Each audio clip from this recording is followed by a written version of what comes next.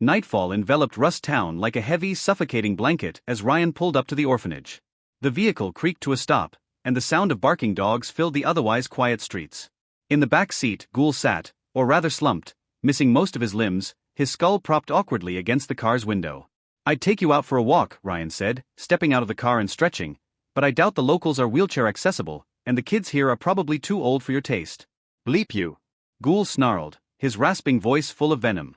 "I swear I'll..." The courier slammed the car door, cutting him off mid-rant.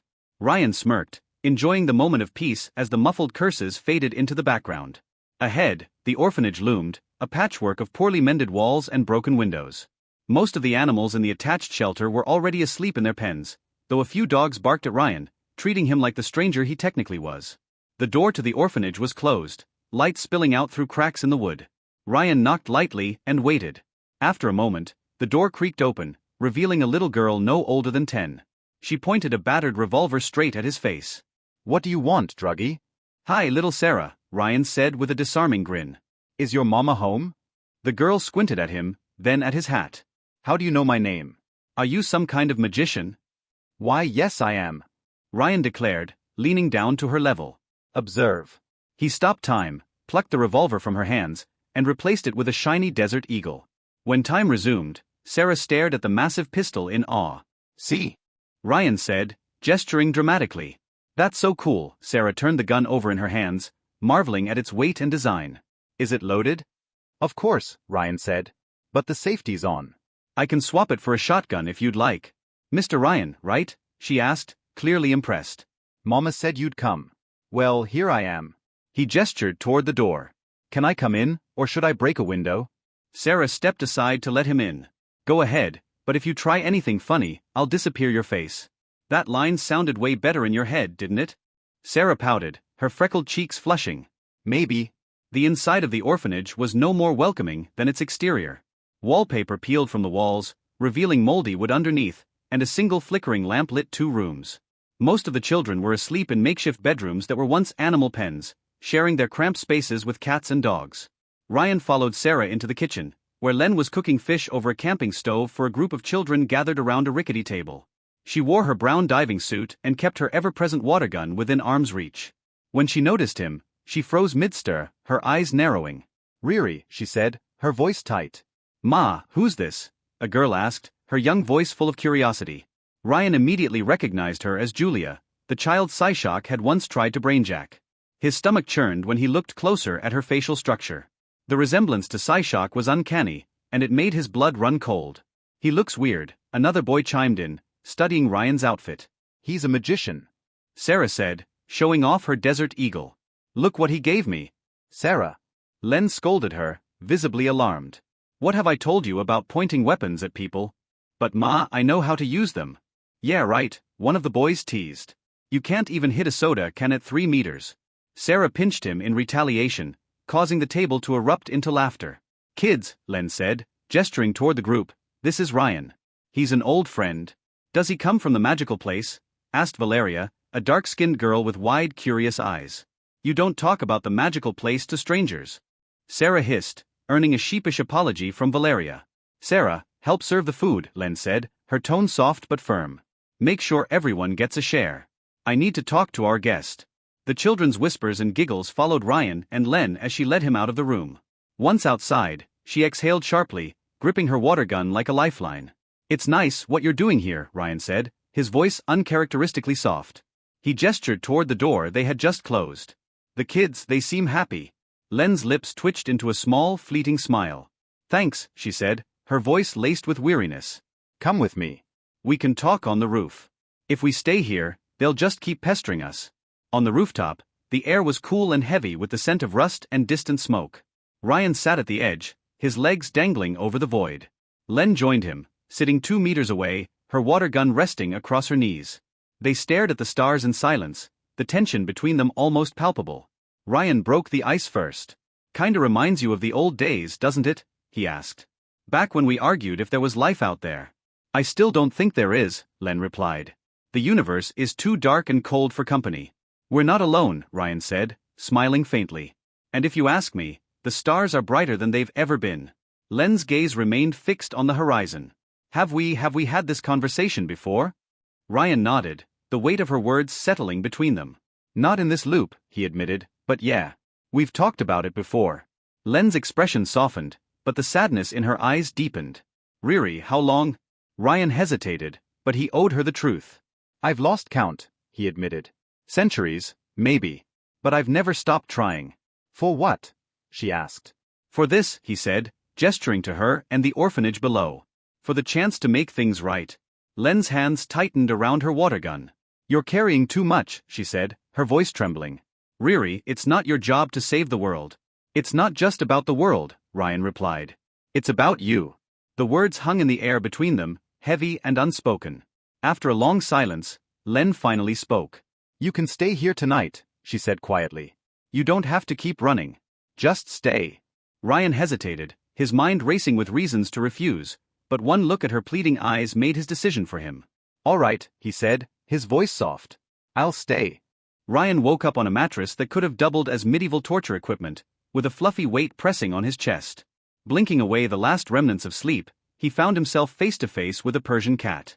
Its fur was as white as freshly fallen snow, and its piercing blue eyes stared at him with the regal indifference only a feline could muster. It wasn't just any cat. It was a Bond villain cat. Ryan let out an excited whoop, startling the noble creature just enough to make it flick its tail in mild annoyance. You're perfect, he exclaimed, lifting the cat like Simba in The Lion King to inspect its royal undercarriage. You're going to be Eugene Henry von Schrödinger. The cat, ever the dignified aristocrat, meowed once. That name sucks, came a muffled voice from the adjacent cell. Ryan turned his head to see Sarah leaning into view, poking her head through the bars separating their spaces. What would you name him, Miss Cat Expert? Ryan asked, cradling Eugene Henry protectively. Something better than that, Sarah said, rolling her eyes. You know that thing's just a freeloader, right? It finds suckers like you to feed it. He's not judging you for your questionable life choices, Ryan shot back, scratching under Eugene Henry's chin. Sure he isn't, Sarah said, watching as the cat sprawled luxuriously across Ryan's lap. I once waved a rat in front of its face, and the lazy furball didn't even blink. Blasphemy. Eugene Henry has standards. Before Sarah could retort, Ryan shifted his focus to more immediate concerns. Is there a shower in this charming hellhole? This bed gave me a bonus infestation of fleas. Yeah, but don't get your hopes up, Sarah replied with a shrug. The water's muddy, and Ma says she'll fix it after she checks your car. Ryan froze. Check my car? Oh no. God, I hope she doesn't find the... There's a spot for that, Sarah interrupted, far too casually. The druggies call it the happy hole. Because of course Rusttown had tourist attractions. Dressed and reluctantly leaving the comfort of Eugene Henry's aristocratic disdain, Ryan emerged to find Len tinkering with the hood of his car. Comrade Shorty, he called, watching her adjust the water gun slung across her back. Just because it's an all-American car doesn't give you the right to violate its sanctity. What's wrong with finding a Lada instead? Len glanced up at him, her expression as grim as ever. Her hands moved automatically to the water gun. What have you done, Riri? She asked, her tone somewhere between horrified and accusatory. What have I not done? Ryan replied, stepping closer to peer under the hood. That's when he saw it, the brain. Riri, Len's voice cracked as she struggled to find words. Did you put someone in there? Ryan blinked, then immediately raised his hands in surrender. Relax. It's vat-grown. No hobos were harmed in the making of this masterpiece. Don't joke about this, she snapped, keeping the water gun raised. Sorry, Ryan said quickly. Humor's my defense mechanism, especially before coffee. Len didn't lower her weapon. Where did it come from? It's a gift from another genius, he explained. It's not alive, I promise. Just really good hardware. You expect me to trust you when you keep a nuke in your car? Len's voice wavered, her frustration cracking through. Oh, come on, Ryan sighed. You know I don't leave permanent consequences behind when I restart. But what if you're wrong, she asked, her voice softening into something dangerously close to pity. What if every time you die, you leave a crater behind and jump into another universe? That's not how it works, Ryan assured her. Trust me, I've checked. When I restart, it's like hitting the universe's reset button. No mess left behind, no harm done. Len hesitated, lowering her gun slightly but still eyeing him warily. I want to believe you, Riri, she said, her voice almost a whisper. I really do. But you scare me sometimes. Ryan winced. For all his powers, he couldn't rewind those words. I'll get rid of the bomb, he promised, holding her gaze. You'll never see it again. Deal. After a tense moment, she finally handed him the device. Their gloves brushed, a fleeting touch that carried the weight of cautious trust. Thanks, Ryan said softly, pocketing the nuke. I won't let you down. Len didn't answer, but her guarded expression said enough. Later that day, as Ryan and Len worked on his car, their conversation drifted into more personal territory. Len finally spoke about the hardships of Rust Town, the exploitation by dynamis, and the betrayal she'd faced from the very people she tried to help. It's hard to stand up when you're starving, Ryan said quietly. That doesn't excuse them, Len replied bitterly. But thanks for listening. Ryan smiled, a rare moment of quiet understanding passing between them. But even as they talked, Ryan couldn't shake the feeling that his path was growing more perilous. The roads ahead were littered with enemies, betrayals, and uncertain allies. And somewhere in the distance, the faint hum of Mekran's forgotten legacy whispered a challenge Ryan couldn't ignore. He'd need all the help he could get, and maybe a little luck from a certain fluffy feline sidekick. Hey, welcome to Firescale Audiobooks. If you enjoy our audiobooks, please consider subscribing to the channel. Also, feel free to share your review in the comments section below. It was May 10th. Psyshock would attack the orphanage any minute, and Ryan intended to give the telepath a headache he would never forget. A shotgun in hand and the Fisty brothers equipped, the courier prowled the orphanage's hallways, where the kids were busy gathering food and toys in travel bags. To his worry though, he found no trace of Len. What's happening? Ryan asked little Julia, upon crossing paths with her. Unlike her fellow orphans, who had taken food or toys, the little blonde mostly carried books on herself. Meeting this child after learning what Psyshock did to her in a previous loop only reinforced the courier's resolve. Mama says she's taking us to the magical place early, she explained, looking down instead of facing the genome's eyes. She seemed far shyer than Sarah. So we have to pack our stuff. Wise. No doubt Hanafat Lecter would attack the place again with larger numbers after his pet squid bit the dust here. Hopefully, Ryan would receive backup. The courier had informed Jamie of the attack when they met at the Bakudo, even giving him the A-bomb as a bribe for Vulcan to sweeten the deal. He provided all the intel necessary, though Ryan couldn't be certain if the information would pass through the chain of command until the moment of truth. Where is she? The genome asked. The courier could take out PSY and his group on his own easily enough if he cut loose, but he couldn't prevent the body jumper from transferring himself. She's in her room. We shouldn't bother her. Well, I've bothered her since the day we met, Ryan replied, leaving Julia behind and moving towards Len's bedroom. From what he had understood, it used to be the office of the shelter's director, before they left the place to rust. He knocked on the door, receiving no answer. While it was locked, the courier had long mastered the art of breaking and entering. Len, he asked after unlocking the door, finding the bedroom shrouded in thick darkness. Shorty. Only a meowing sound answered him. Ryan quickly flipped the light switch and found himself facing a giant diver suit. The same one Len wore when she tried to rescue him from acid rain. Shorty. Ryan asked, before looking behind the armor. He found Len sitting on a chair next to a mattress, staring at a wall. When he took a step forward, the genome almost tripped on a medicine box, noticing dozens on the floor.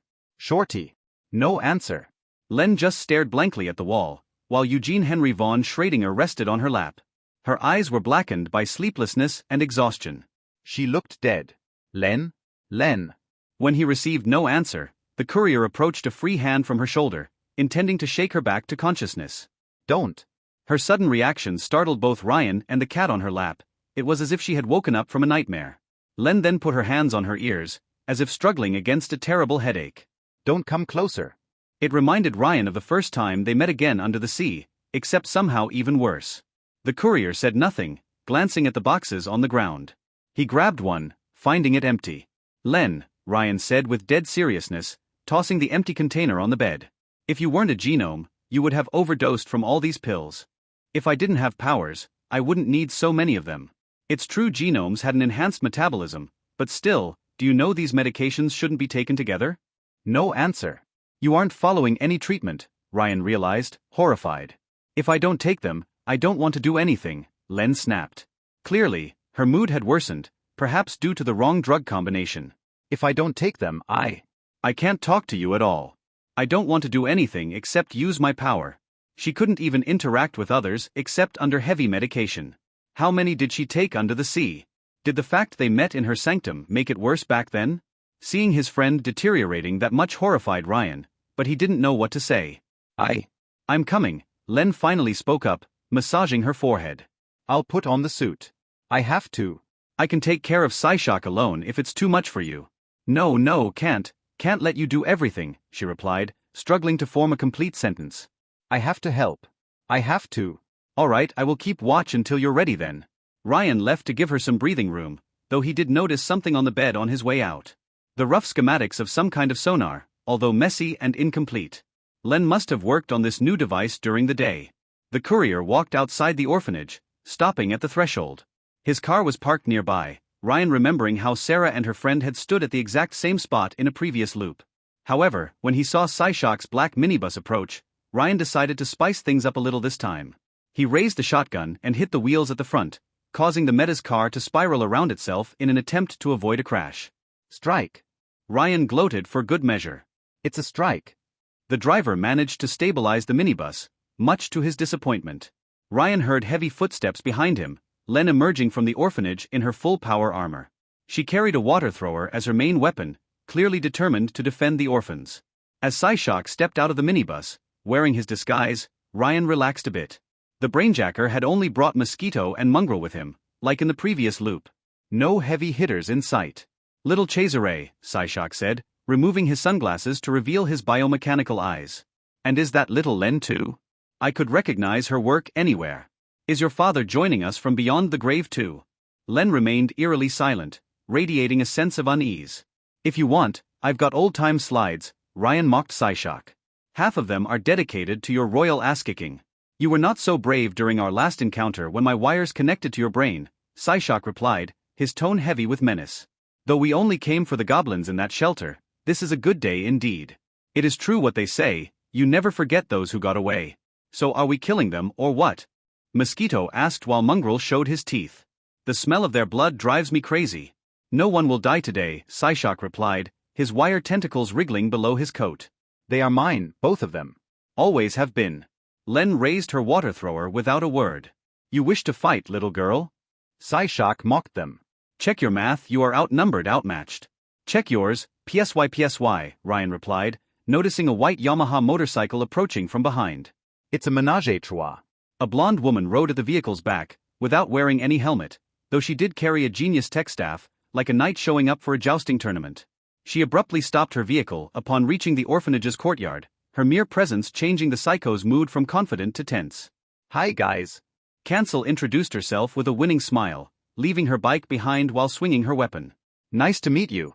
Psyshock's electronic eyes let out a brief flash of light, his cronies flinching in dread. Hey, don't look at her like that, Ryan said, raising his shotgun. I wanted Pluto but she declined. Psyshock's power was not so different from the courier's own ability. A save point allowing them to try again after death. Ergo, they probably shared the same weaknesses. As he realized the danger, Psyshock did something new and unexpected. Something he had never done in the previous loops, no matter how suicidal the situation. He tried to run away, tearing through his clothes with his tentacles while his cronies attacked Cancel. Gotcha.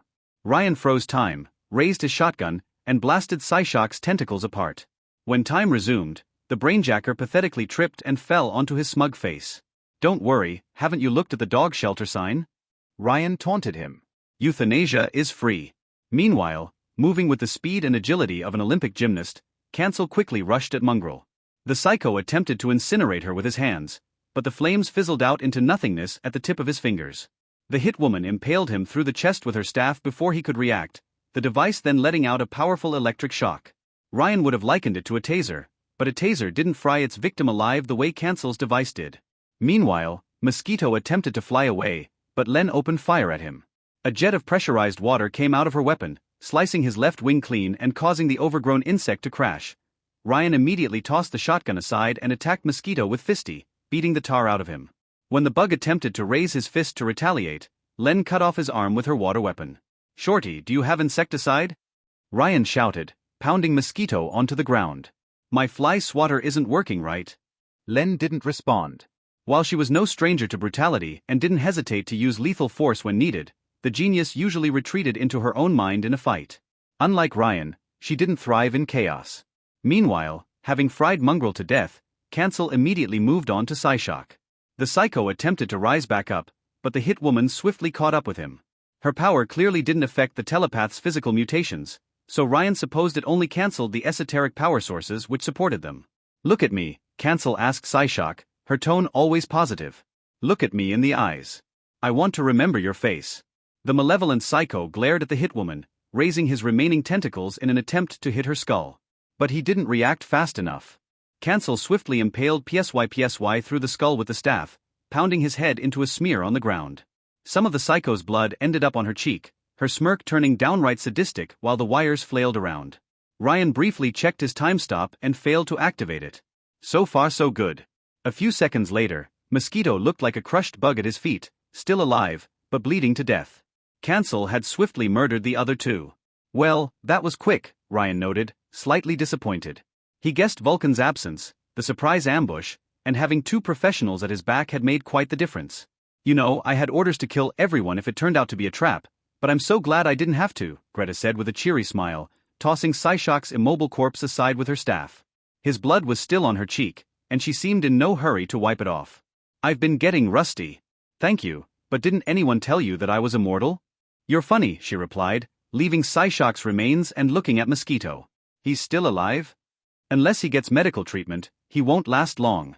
Please, Mosquito pleaded. Too much work, Cancel replied, stomping on his face with her staff. Len visibly flinched at her casual brutality, catching Greta's attention. Who are you? It was so strange to hear Len's gentle voice come out of the giant armor. The Underdiver. Oh, nice to meet you, I'm Greta. You already said that before, Ryan thought. He realized her lines weren't spontaneous at all, but rehearsed. Is there anyone else to deal with? No, we're good, Ryan replied. Alright, I hope we meet again then. Me too, Greta. Ryan replied with the same cheery smile. You're the nicest sociopath I've met yet. Thanks. What's a sociopath? Ryan answered her question with 2 thumbs up. Cancel waved them goodbye and left on her motorcycle as swiftly as she came, leaving the psycho's corpses to rot. Clearly, she had a lot of experience with casual murder. Ryan wondered what her CV looked like. She's hollow inside, Len said when the hitwoman was gone. Before Ryan could respond, he sensed an invisible pressure on his shoulders. The land's gaze had suddenly fallen upon him. The courier waved a hand at the skies, wondering if the psycho would see him. The moment lasted only a few seconds, but it made Len almost stumble at the sheer tension. What was that? Peepers, Ryan replied. I suggest we move out before more arrive. Yes, yes, Len turned towards the orphanage and raised her voice. Sarah Julia. All windows in the vicinity, the Plymouth Fury's windshield included, cracked at once. It's okay, it's my fault, Ryan lied before Len could panic. Fortunately, she was used to weird events around him and didn't question it. Sarah Julia, gather the others, we're leaving now. Ma, can we take the doggies? A little girl shouted back from within. I'm sorry, sweetie, but no, we can't. We'll leave the pens open, so they can go out. Len turned to Ryan. Thanks, Riri. No problem. Do you need any help moving them to safety? It's a long way to the harbor. It's fine, I keep transporting bathyspheres in the sewers, and there's an access point in the basement, she explained. That explained how she could move in and out of the orphanage undetected. Riri, It's okay, the courier reassured her, knowing what would come next. It's your home, I understand you don't want me in it yet. Last time had been something of a surprise visit. Len must have made a guilty face behind her helmet, though Ryan couldn't see through. I think I've found something. For your power. The courier froze still. Come again. I've been listening through your chronoradio for a while, she admitted. Now that I examined it more closely, there's a part of the design where my power can help. The navigation. I'm sorry, I need more time to really explore it. I need to focus.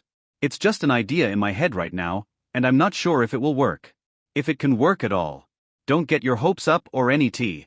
Shorty, I've been through so many false hopes, you could make a graveyard out of them. Ryan shook his head. As I told you before, the mere fact you want to help after everything means the world to me. Len seemed too flustered beneath her armor to answer. I guess I will contact you, she said, sounding embarrassed. See you, Riri. Len, he said while she turned away to go back inside. Please be careful with your medicine. Len stood still for a moment, unsure of what to say. I will, she said. Don't worry, I can manage. Ryan couldn't tell if it was a lie, or if she believed it. The courier sighed, watching her disappear inside with a heavy heart. You owe me a new windshield, Ryan said once Len was out of earshot. I apologize, Shroud answered next to him, as invisible as ever. She startled me, and I lost control for an instant. You're afraid of little girls? I would have said pigeons were your kryptonite. I'm looking for someone with the same name, the vigilante explained. Julia Costa. But it's not that girl. The age, face, and body don't match. I know she's somewhere in this city, but I have no lead yet. What happened to your Julia? Ryan asked with curiosity. He also noted that Shroud could apparently see the orphans through the walls. Augustus murdered her parents and kidnapped her as a child, to use as a hostage against Leo. A chill went down Ryan's spine. Whenever you have doubts, remember that this is what the Augusti stand for. I will look into it, the courier promised. What does she look like? She should be around 15, light brown hair, blue eyes. That was better than nothing, but barely. You're not really Cesare Sabino, are you? The way you interact with Miss Sabino isn't very brotherly. Oh my, it just took you 4 years to figure it out? What a detective you are. I dare not imagine what went through Bloodstream's head. It must have been harsh. It was more emotion than Ryan had ever heard coming from the invisible man's mouth. You love her. I did once. But a rift had grown so wide, Ryan would be lucky to end up on speaking terms with Len after his perfect run. But that was a long time ago. All men are hopeless fools, a friend once told me. Unfortunately, I don't have any advice to offer. I'm unlucky in love myself. I guess they see right through you. Ryan shook his head. I help because she's a dear friend and she needs it. He wasn't looking for romance anymore, but for a human connection, any connection, that would persist through his endless restarts. The courier felt something on his shoulder, like a brief, sympathetic pat. It was well done, Mr. Lookingglass said. I thought I might have to intervene, but you had the situation in hand. I will check if Psyshock is truly gone for good, though I would suggest getting away from Rust Town. I get the feeling you threw a wrench in Adam's plans, and he won't like it. Oh, he didn't. Ryan already noticed acidic clouds expanding from the junkyard. Perhaps Wyvern's absence had made the metagang bolder, or Cancel's power had truly prevented Psyshock's body transfer. In any case, Ryan was just getting started. Game on, Moby Dick. The current loop might be the calmest yet. Ryan had finally optimized the Augusti path. He first completed the harbor mission without incident. Fat Adam didn't send anyone for once, and Ryan had previously taken care of Luigi. The truth-teller was scheduled to get out of the hospital on Wednesday, but Ryan intended to score a few goals during the hockey match's second period. Afterward, Jamie invited the courier to crash at his place, and he received a surprise inspection from Pluto. The underboss interrogation had been less thorough this time around, since the intel Ryan provided on Psyshock had earned him some measure of trust. The courier then landed a job as Vulcan's assistant, who had lobbied very hard to recruit him after she got her hands on his A-bomb. She didn't even ask him to trash Wyvern's movie this loop. Ryan had waited patiently for today's Rust Town raid. He had provided all the necessary information for the Augusti to improve their odds, from the land's range to the powers of every psycho he fought so far. He didn't say anything linked to the bunker like the mech, but overall, things looked bright. Truly, Ryan was pumped for this restart. Plasmator. Ryan handed Vulcan her tool before she could finish her sentence, the genius too busy working on her armor's cannon. CH. Wrench. Ryan handed her a wrench and a cup of coffee. I didn't ask for a cup, she said. You were about to. Vulcan stopped in the middle of her welding, putting her tools aside and raising her iron mask. A short silence took over her workshop, as she examined the courier from head to toe. Ryan, where have you been hiding all this time? Mostly behind explosions, and sometimes forest fires. I should have hired you years ago, she said without any hint of sarcasm. You're the best assistant I could ever hope for. Hell, you anticipate my desires as if you read my mind before I spoke. You're perfect, except for one thing. Vulcan pointed a finger at the white cat having taken over her workbench. Eugene Henry meowed in response. Why did you bring that furball here? She asked Ryan. I couldn't leave it at the shelter. It's a noble cat, it can't survive in the wild. No, I mean, why did you leave it in my armory as if he lived there? Now half the guards spend their shift petting it when they think I'm not looking. It's distracting them. Ki-young doesn't want him at the house. I keep telling her Eugene Henry is too good to hunt rats, but she won't hear anything. Ryan grabbed the cat and showed him to Vulcan. Admit it, you can't resist him either. Look at him. Look at his big beautiful eyes. The genius didn't look impressed. If he causes an accident, I'm taking the repair costs out on your pay, Vulcan said, before grabbing the cat. She put it on her lap and moved her feet on the workbench. I had a ferret once. He wasn't afraid of anything. What happened to him? He wasn't afraid of cars either, Vulcan replied with a morbid face. She liked her comedy Pitch Black. Speaking of animals, about that rabbit plushie. No, Ryan interrupted her. But, no. Do I have to take it at gunpoint? She threatened, her curiosity too overwhelming. You would have an easier time with my virginity, but spoiler warning, Ryan whispered in the genius' ear, it's long gone. Vulcan chuckled, scratching Eugene Henry between the ears. I thought you were dating the underdiver? Oh no, it will be a miracle if we settle into anything. Considering her issues, a long-distance radio friendship sounded more likely. Though it would take a genius to steal my wounded heart. I would be careful with that smart mouth of yours, Ryan, she replied playfully, his good mood infecting her too. What's up with you today? Is it the raid? Of course it's the raid, I can tell it's going to be great. Especially now that PSY had perished for good.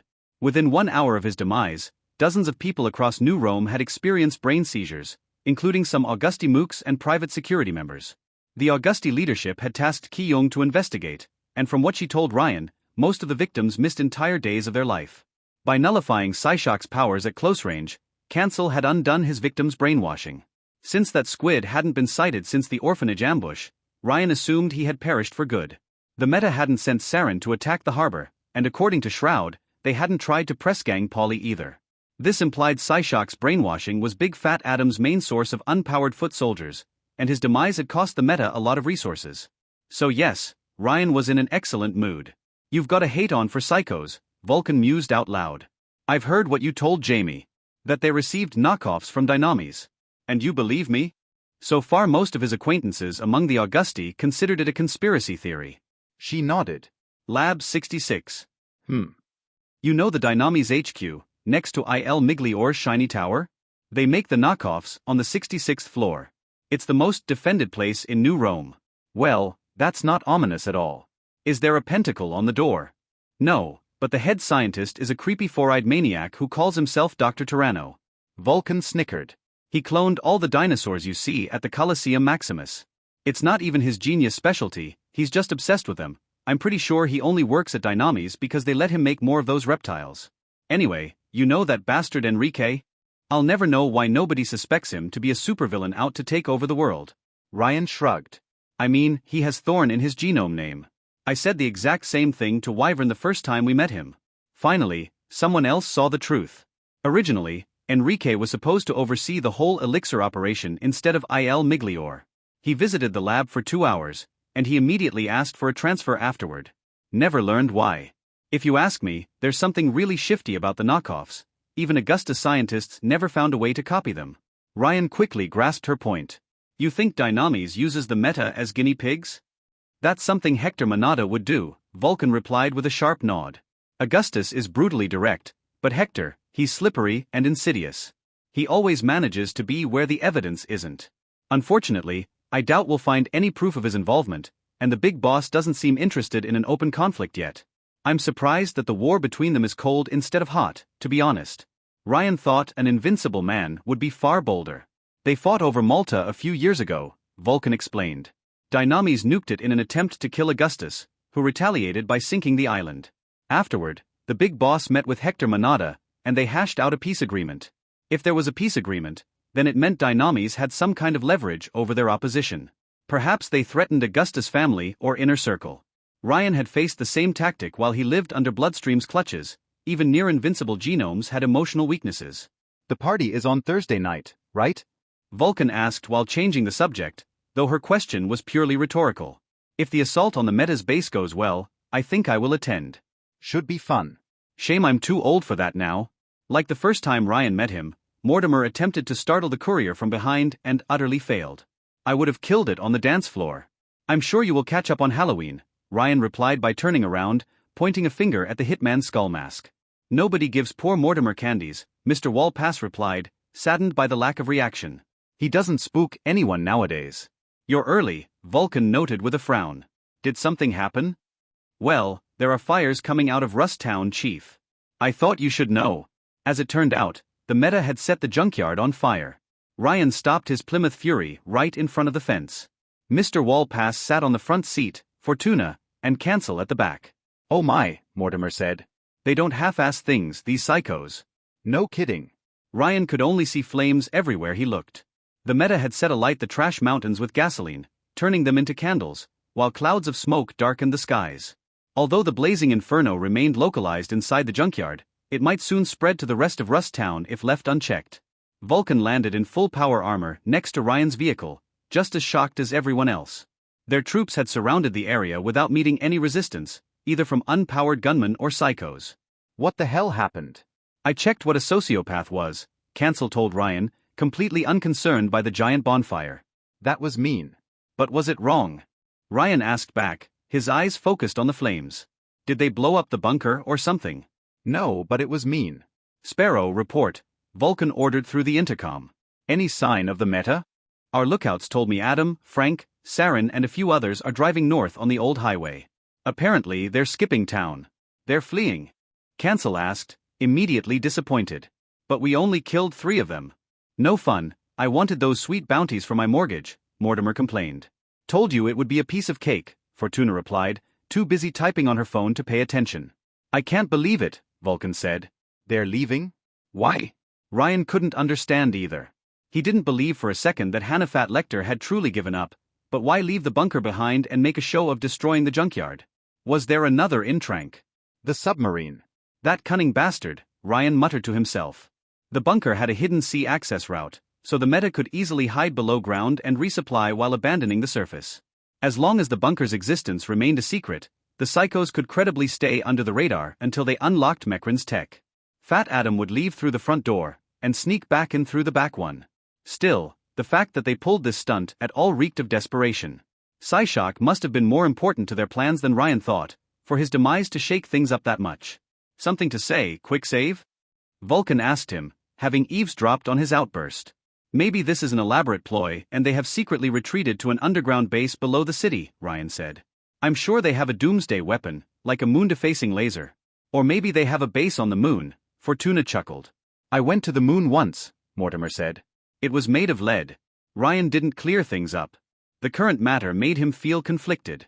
While he shamelessly flirted with her, Vulcan did try to murder him a previous loop while fully expecting to get away with it.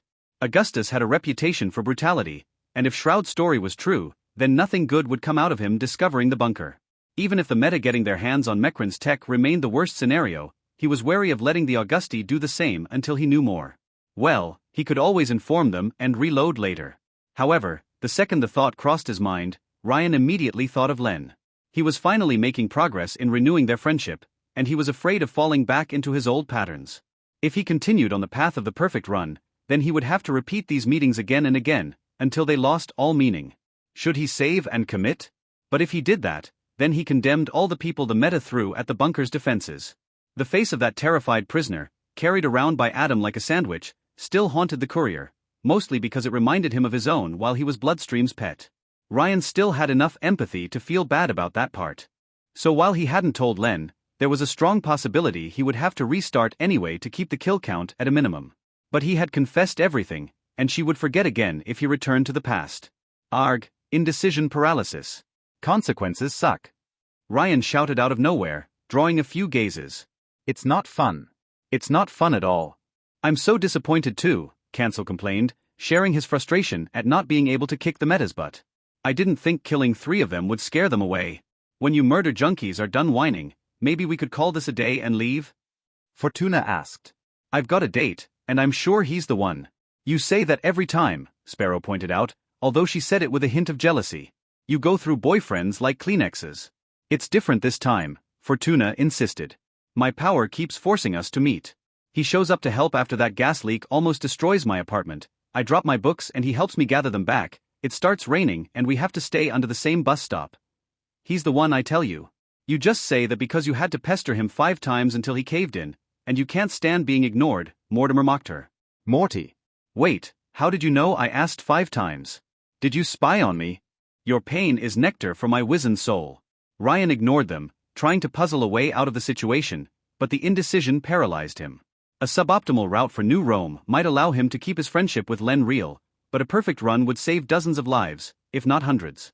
Should he risk letting the meta access Mekrin's bunker in the hope of a better alternative to appear, or should he trust the Augusti to be responsible? Should he inform Wyvern? For the first time in centuries, Ryan faced mutually exclusive consequences, and it frustrated him. He needed more time to figure this out. Vulcan, do we give pursuit? Sparrow cut through the chit-chat. I'm torn, Vulcan admitted. I'm itching to test my new armor, but it could be a feint to lead us into a trap, and our job was to retake Rust Town. Which we did. If the meta are wise enough not to get in our way, let them cower, Fortuna said, clearly determined to do as little as possible. Not even a little wedgie, for old time's sake? Ryan asked, calming down. No matter the eventual fate of this loop, the meta had to die for the good of everyone else. I could settle for killing, say, half of them. It's the respect and territory that matter. Quick save, Vulcan replied. They will come back later if you let them go, Ryan argued. He had seen what underestimating the meta had cost them in the previous loops. Trust someone who has fought Big Walleye before, that bonfire is a mere smokescreen. Vulcan listened to his words carefully. You think this is a ploy to lull us into a false sense of security? And that if we let Adam go, he will come back to fuck us harder. And he won't be gentle. That's a bit paranoid, Mortimer replied with a shrug. If you ask my poor old me, they bit more than they could chew and chickened out. Quicksave's intel has been spotless so far, Sparrow came to Ryan's defense. I don't think Adam the Ogre will give up so easily either. The meta clearly came to New Rome to fight us, perhaps as mercenary work from our rivals. If they're switching from territory grab to hit-and-run tactics, they might remain a problem for months. Vulcan considered the various viewpoints, before coming to a decision. Sparrow, you and your men give pursuit. I want to know the metagang's location at all times. I will join you to harass them from a safe distance with long-range weaponry. Understood, Sparrow replied. The rest of you kids will deal with the fire before it spreads to the rest of Rust Town, Vulcan told the genomes in the Plymouth Fury. We can't do business there if all our clients burn to death, so I will direct you to the nearest fire hydrants. Mortimer, make sure the meta didn't leave any booby traps behind. What? Fortuna looked up from her phone. Why do we have to do it? Don't they have firefighters? I start fires, I don't extinguish them, Ryan protested. It's against my religion. Too bad, God doesn't sign your paychecks. I do, Vulcan replied, before flying away. Get to work. How brazen of you to say that. Everyone groaned at Ryan's joke, much to his silent amusement. He hoped he hadn't made the wrong choice. Ryan loved genome parties. They always involved a lot of property damage. He had attended a few elsewhere in Italy, usually when he joined a group. However, this one looked like it would be the biggest yet, and since tomorrow would mark Quicksave's first week in New Rome, the courier intended to cap it off with a bang. Well, he had probably spent 2 months or so in the city across various loops, but still. This party might be something entirely new and surprising. How many people will come?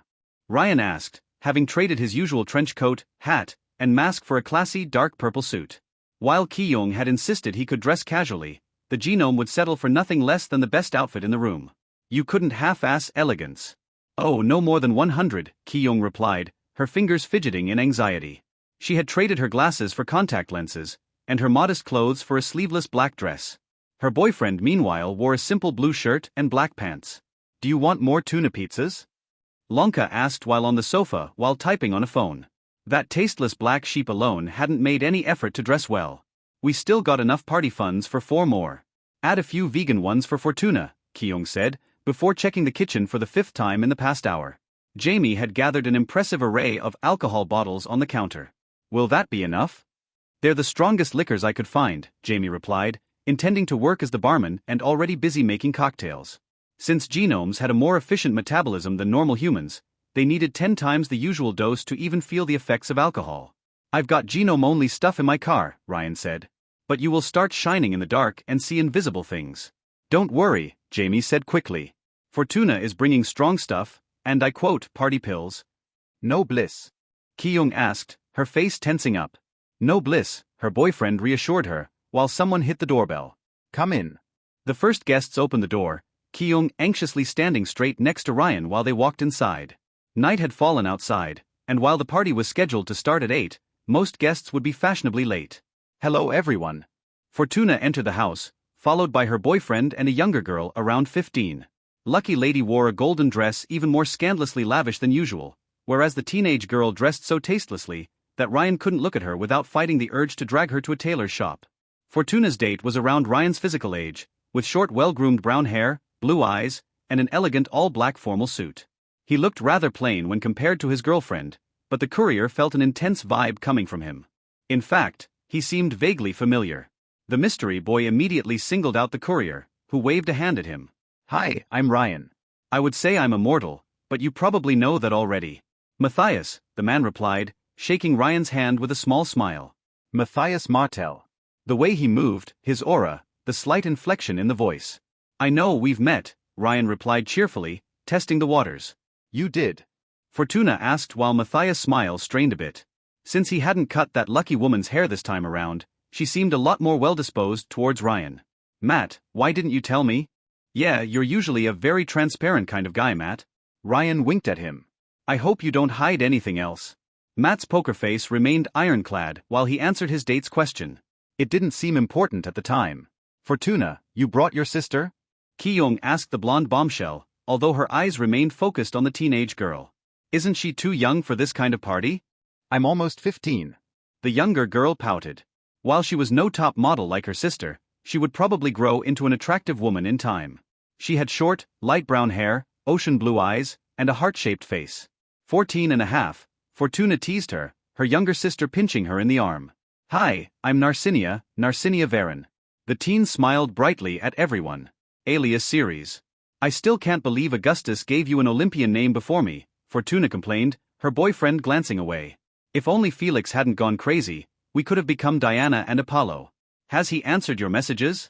Ki-young asked, a look of concern on her face. I wish. Fortuna complained, crossing her arms angrily. I swear when he comes back. If he comes back, Narcinia replied with a depressed face. Maybe he got hit by a car, Ryan said, the others glaring at him. Well, he is a cat. Or was that too soon? He will come back, Fortuna insisted, though she looked at Jamie and Ki-young. Can't you help? Give him a call. The couple exchanged an embarrassed glance, one heavy with regrets. He didn't leave the house on the best terms, Jamie said stoically. Felix needs time to figure himself out. But Matthias put a hand on his girlfriend's arm before she could insist. He seemed more insightful than her, though that wasn't hard. Having talked with Adam Cat on the Dynami's path, Ryan quickly put two and two together. He had a pretty good idea of what caused his feline friend to leave the Augusti, namely, Ki-young's situation. Something else also bothered Ryan. Felix the cat said his sister Narcinia was adopted, and she matched a certain description. Could it be? This party already promised a lot of surprises. Luigi isn't here? Fortuna asked as she scanned the room. He's usually early when there are girls. No, the hockey killer attacked him again when his bodyguard took a bathroom break, Jamie replied with a frown. The attacker also forced Luigi to eat a salami. Hockey killer? Ryan asked at the same time. A shocked Fortuna said, a salami? That's probably the same maniac who attacked Luigi before, Jamie replied with a sigh. And yes, a salami. Don't ask me why. They say the city is safer with a Metagon, but if you ask me, it has enough madmen already. It could be a vigilante, Ryan said. Some handsome fellow possessing a strange sense of justice, fighting crime with a hockey stick in one hand and a sausage in the other. Why has he only attacked Luigi then? Lonka pointed out from the sofa, too lazy to leave her spot. Nah, blabbermouth, it's just petty revenge. If you ask me, the jackass deserved it, always asking the wrong questions. Whatever the case, this hockey killer will get what he deserves, Jamie said firmly, glancing at Fortuna. Now that the Metagang has left New Rome, will you look into it? Vulcan hasn't released us yet, Fortuna complained. Though we cleaned up Rust Town and Sparrow chased those psychos off to the ends of the earth. Well, Ryan wouldn't say they had cleaned up Rust Town. They had prevented a large fire, but the junkyard had transformed into a pile of molten trash conveniently hiding the bunker's entrance. Vulcan had tasked the group to patrol the area in case the Meta returned, while she left with Sparrow to hunt them down. Ryan hadn't received any news since, though he heard both women would attend the party. Truthfully, the time traveler hadn't yet figured out what to do about Mekran's bunker, and Len hadn't contacted him again either. He hoped the party would help him de-stress and clear his mind. Should we discuss this while? Ki-young cleared her throat while looking at Matthias. I'm sorry, but don't worry, he has seen right through us, Ryan said with a smirk, delighting at making Martel more and more uncomfortable. Yeah, I'm sure one of you is the hockey killer, the man replied with the same mirthful face. I hope I didn't blow your cover. Everyone took it as a joke and laughed, none louder than Ryan himself. Touché. It's okay, Chitter, I vouch for my Matthias, Fortuna said, putting her head on her man's shoulder. He's the one. I only agreed to a second date, Matthias replied with a stoic expression. It's going to happen whether you like it or not. How did the two of you meet? Ki-young asked. You know that time when my third apartment had a gas leak last week? Fortuna asked. I narrowly avoided death by falling off the window, and Matthias rescued me. No, your power rescued you, Matthias corrected her with a deadpan face. I didn't expect you to fall on me from the third floor. That was completely unexpected. It was love at first sight, Fortuna declared. It wasn't, her boyfriend protested. I checked if you were alright, and when I tried to leave because I had other stuff planned, you started shouting at me. Well, of course I was furious, Fortuna protested, while the others chuckled. The world's most beautiful woman falls on your lap and asks you to spoil her because she's distressed, and you dare refuse? Yes, Matthias replied bluntly. Clearly, he was immune to Fortuna's charm and she couldn't stand it. What, my world should have stopped for you? Yes, it should have. And she said it without any hint of sarcasm whatsoever. When I look at boys, they drop at my feet, but you, Matt? You walked away. When does the music start? Narcinia finally spoke up. She seemed a bit shy in the presence of so many older people, but grew more confident as the group exchanged pleasantries. It's too silent. Jamie glanced at Ryan, who showed them the DJ, a brain in a jar hooked to the TV and loudspeakers, surrounded by Ki-young's rats. You use a genius-made cyberbrain as a DJ? Narcinia asked, though unlike the others she seemed more excited than bothered. So cool. I shouldn't have asked you to take care of the playlist, Ki-young told Ryan with a regretful sigh. Remorse is for those who don't know what they want. Ryan replied, activating DJ Brain. Now watch. The brain started playing music, and as it did, a light shone from inside its tank. As the liquid protecting the gray matter changed color, creating a nightclub ambience with the appropriate music. Catchy, Lonka admitted, nodding to herself to the tune of the music. I don't recognize the artist, Ki-young said, while her rats started breakdancing around the TV. It's a Grand Theft Auto remix, Matthias said, much to Ryan's surprise. A pretty good one too. Matthias is a game designer, Fortuna said since he was clearly too modest to boast for himself. He's super talented. To be precise, I'm a programmer and I make indie games on the side, her date replied with a sheepish grin, the most emotion Ryan had seen him emote so far. Mostly RPGs and Metroidvanias. Nobody understood the jargon, except Ryan, who had stars in his eyes. However, he decided to test that man's knowledge first, before getting his hopes up. Have you played Metroid Fusion? Yes, but I prefer Super Metroid, Matthias replied. More open-ended. Best Square RPG? Final Fantasy VII, but 6 holds a special place in my heart. There's another gamer alive on this godforsaken planet. Ryan was almost brought to tears at finding a soulmate. I can die happy now. Do you have powers, nerd too?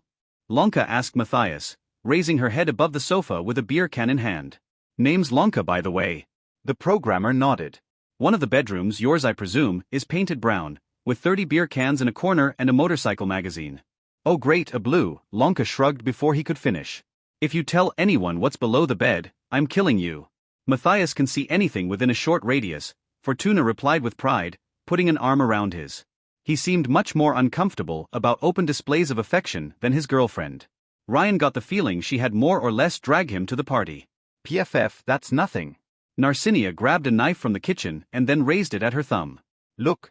She cut her thumb before anyone could react, a drop of blood falling on the parquet. The liquid quickly expanded into a bubble while taking a green coloration, before changing shape. The strange mixture grew horns, legs, fur.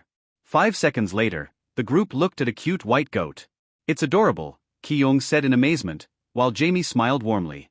I can create life from my blood, Narcinia boasted, her new pet letting out a cry. Nothing too complicated or too big, but I can make any kind of animal, plant, even chimeras. You can make any kind of goat? Ryan asked, now extremely interested. Of course. Why? The courier looked at this pure-hearted girl deep in her big eyes, and then whispered 2 words that would corrupt her forever. Goat fights. Narcinia looked at Ryan as if he were a genius, which he was, and then made a second goat. A black-furred born fighter, with golden eyes.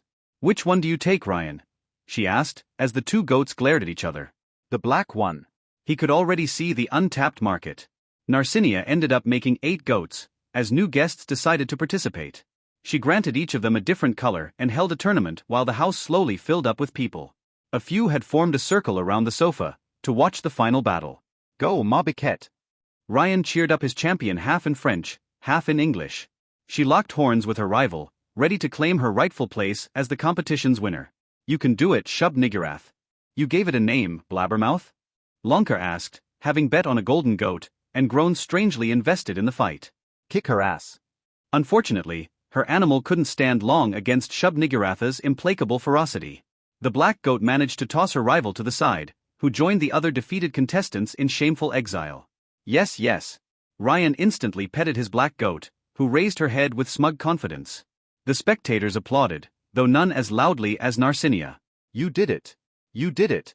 I'm sure you cheated by stopping time, Lanka grumbled while finishing her current smoke. With the spectacle finished, most guests dispersed to talk in a corner or grab a drink. Would you say that if she were white? Ryan accused her, stroking Shub-Niggurath's ear. Actually, he did cheat once, but only against Fortuna. Considering her insane luck, he had to level the playing field somehow. Anyway, Lucky Girl proved to be a sore loser and left the competition with her beau. The couple had moved to the kitchen bar, with Fortuna spending her time advertising her boyfriend to everyone who would listen. Jamie, ever the people's person, engaged Matthias in a friendly conversation while mixing cocktails, though the programmer remained guarded. Ki-young welcomed every new guest as they arrived, growing more anxious by the second. All of the guests were genomes, and most of them advertised. A telekinetic whom Ryan recognized as one of Renesco's customers helped Jamie with the bar by moving drinks around, while a fire manipulator showed off to a girl by creating burning shapes out of thin air.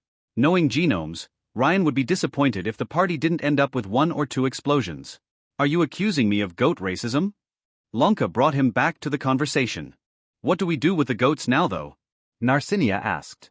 Her creations had started playing with Ki-young's rats, the rodents climbing on top of the larger goats. Most of the guests looked at them with amusement, and some with hunger. You make a wolf to eat them, Ryan suggested, his goat champion looking up at him. Only the losers, Shub-Niggurath. Only the losers. And how do we get rid of the wolf afterward? Lanka asked the hard question, expecting to corner him. Ryan stated the simple solution.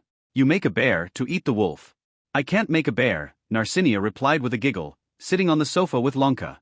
Too fat. Then we call the who will win between him and a wolf? The wolf, it's not even a contest, Lanka said, before offering a beer can to Narcinia. Want some, overgoat? Mom and Dad said I could go if I didn't drink, Narcinia replied while joining her fingers. And Father Torque told me alcohol is poison for the soul. Do you see your parents or a priest around here? Trust me, it would take 10 times more before it poisons anything. Lanka shoved the can in a surprised Narcinia's hands, who looked at it with clear hesitation. Do you see any pretty boys around, Blabbermouth? I'm hungry. That depends, do I include myself?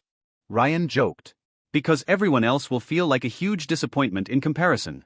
You aren't my type, Blabbermouth. I prefer the strong silent type, and you talk too fucking much. Lanka glanced at the entrance. Though the cavalry is coming to rescue you. Greta and Sparrow had arrived through the front gate, the first dressing casually, the latter wearing a red gown. A third woman accompanied them, a drop-dead gorgeous redhead in a stunning green dress. She kept her hair in a bun and tried to look dignified, but Ryan noticed an undercurrent of playful, fox-like cruelty in her emerald gaze. Clearly one of the Killer 7. It took Ryan a second to realize that all 3 of the assassins escorted a young woman in her early 20s, a stunning queen-like lady with long platinum hair, almost silver. Unlike her companions, she dressed very conservatively and all in black, highlighting her pale skin. That stoic woman scanned the room, an apathetic look in her blue eyes. Her expression was one of pure, absolute boredom. Quicksave was halfway tempted to approach her, but when he got a good look at her emotionless face, he backed off. She looked a bit too much like a younger Pluto for his comfort. Greta noticed him though and gave him her usual fake smile, while the pale lady muttered a few words to Sparrow and the redhead. She didn't seem interested in social interaction, moving towards the bar to drink in a corner. Vamp, Lanka said, indicating the redhead with her chin. She's a bitch and she drains her partners dry, so don't approach her. Obviously, you've met Nash and Greta already. Nash? Nice nickname for a sparrow. And the platinum.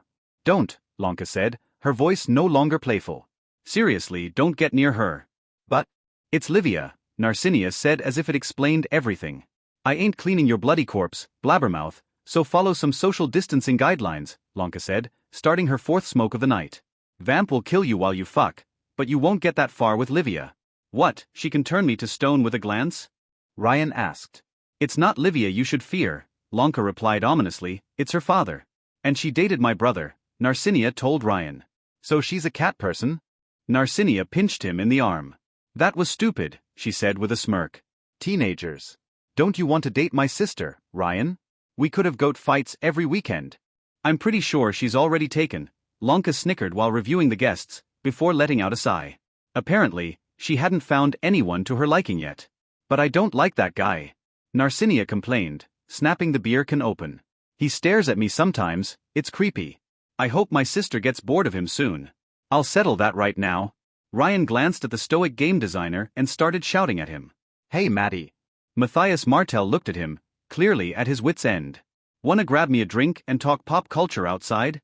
You still owe me one. The game designer exchanged a few words with his girlfriend.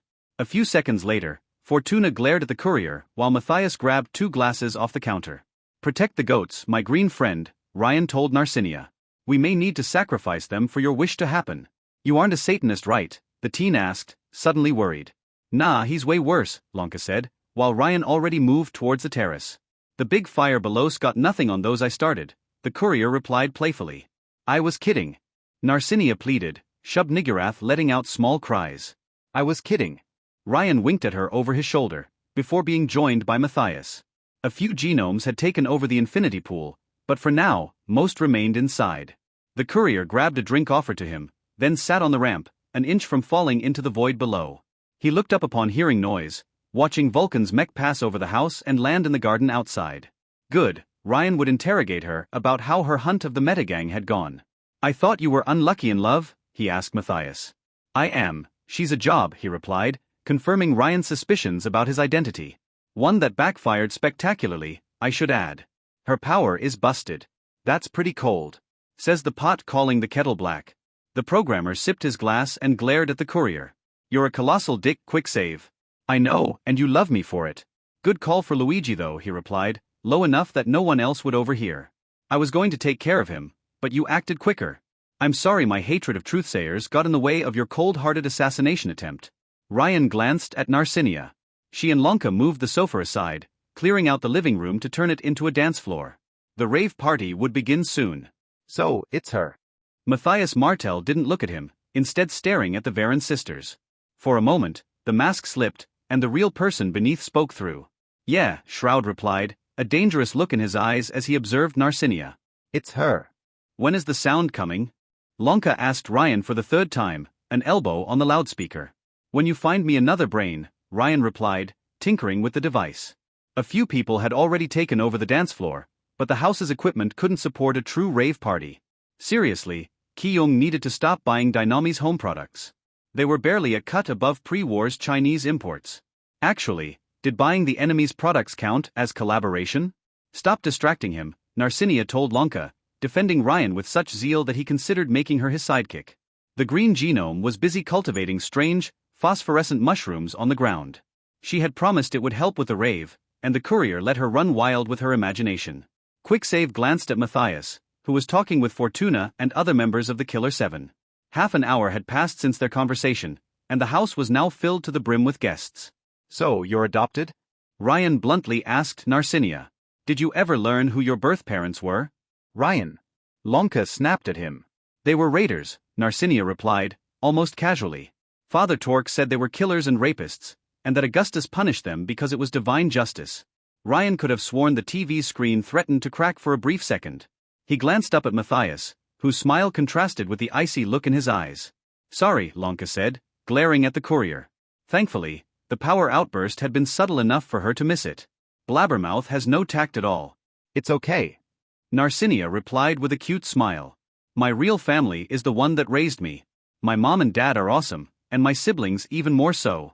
I was adopted too, but it sucked, Ryan said with a shrug. Well, half of it. Really? Narcinia's head perked up in interest, while Lanka listened in silence. My parents died when bandits wiped out our community to steal our supplies, Ryan said. It had been so long ago, it had lost almost all emotional effect. I was 11, I think? Maybe 12. And I turned out great. Ryan. Lanka's voice had lost all playfulness. Did these bandits?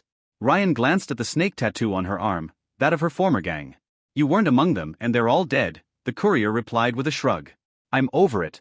Lanka fell silent with a thoughtful look on her face, while Narcinia looked between them in confusion. Thankfully, a newcomer interrupted them before the mood turned even more awkward. Ryan almost didn't recognize Vulcan at first sight, because the genius had cleaned herself up. She had traded her usual clothes for a black halter top and pants, and let her hair fall down on her shoulders. While she was no head-turning beauty, the Augusti Capo looked great. He really had a thing for geniuses shorter than him. Series Sphere. Vulcan smirked upon seeing the courier. Ryan. Hey, my favorite arms dealer, Ryan rejoiced, raising a screwdriver. Your arrival is just perfect. Always, she replied, a hand on her waist. Tell me something I don't know. Do you have anything to boost the sound? Ryan asked. I'm trying to jury-rig the loudspeakers, but I need more juice. Now you're talking my language, Vulcan said, searching inside her pocket and tossing him some kind of mouse-sized battery. It's a mini generator. Why do you carry that in your pocket? Lonka asked, an eyebrow raised. 'Cause my phone has less autonomy than a sloth, the genius replied with a shrug, before grabbing a beer can from Lonka's personal reserve. It's been an exhausting day. Did you kill the meta? Narcinia asked before Ryan could. Almost, but Dynamis got to them first. Fucking kill stealers. What, they tried to buy them off? Lonka snickered. With bullets and lasers, Vulcan replied. They sent 3 armored squadrons, plus heavy hitters like Devilry and that bitch Wyvern. Those vultures fell on the meta and opened fire on sight. Oh, was there gas in their alliance? Well, I guess it was time to clean up loose ends, Ryan said. Adam didn't look surprised. He sacrificed a few men, but he managed to escape on a goddamn submarine. A submarine? Narcinia immediately asked, unable to resist the lure of undersea adventures. Yeah, a freaking submarine with Mecran's emblem on it. The dreaded genius name instantly killed the playful mood. Lonka toyed with her smoke, a frown forming on her face. Well, that doesn't sound good. I get the feeling the situation is more complicated than it looks. Vulcan sipped her beer while glancing at Ryan. I called the underdiver to investigate since she's a specialist for underwater hunts. The thought of calling Len had crossed Ryan's mind, but he was wary of involving her now. She was probably busy with all the orphans, no need to add more pressure on her shoulders. Anyway, thanks to Vulcan's gadget, he completed his design and amplified the sound, turning the modest loudspeaker into a weapon of mass destruction. As if to answer his success, Narcinia's mushrooms unleashed a faint colored mist onto the dance floor, instantly grabbing everyone's attention. Trading his screwdriver for his drink, Ryan cleared his throat.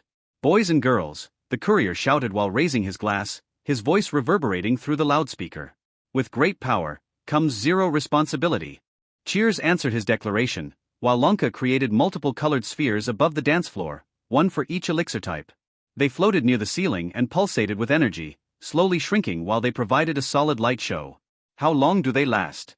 Vulcan asked Lonka. More people started taking over the dance floor, while the music switched to a catchy synthwave song. Around an hour if nobody touches them, Lonka said, before turning to Narcinia. Nice trick with the mushrooms. What's your job again? I work on Ischia Island, the teenager replied. I help Father Torque open the path to heaven. That kind of heaven? Ryan asked, immediately interested. Are you an angel? Narcinia's smile faltered a bit. Sorry Ryan, I'm not supposed to say anything about it. I'm just saying, I've always wanted to sell drugs for a living, Ryan declared, pumping his fist. Building a South American cartel has always been my dream. If you need a drug wizard, I know all the good recipes. Meth, cocaine, heroin, opium, doesn't matter, just give me a truck and I'll start cooking. You know how to make drugs? Lonka asked, finishing her 6th cancer stick. Good to know. Well, Ryan had spent 20 years? At least 20 years trying every addictive substance on the planet except elixirs, and when he ran out, he learned how to create his own supply. His drug cartel phase had been quite enjoyable actually, even if the last overdose sucked. I'm afraid you will have to abandon that childhood dream, Ryan. Vulcan brazenly put an arm around his shoulder. You've got an exclusive work contract with me. Can't we settle on an open relationship? Ryan replied while brazenly putting his hand around her waist. Lonka looked at him as if expecting the courier to lose that arm very soon. I ain't finding anyone half as good as you are, Vulcan replied, without pushing his hand away. So it's till death do us part. Are you talking about work or something else? Lonka joked. He could visit, Narcinia said, clearly eager to meet Ryan again.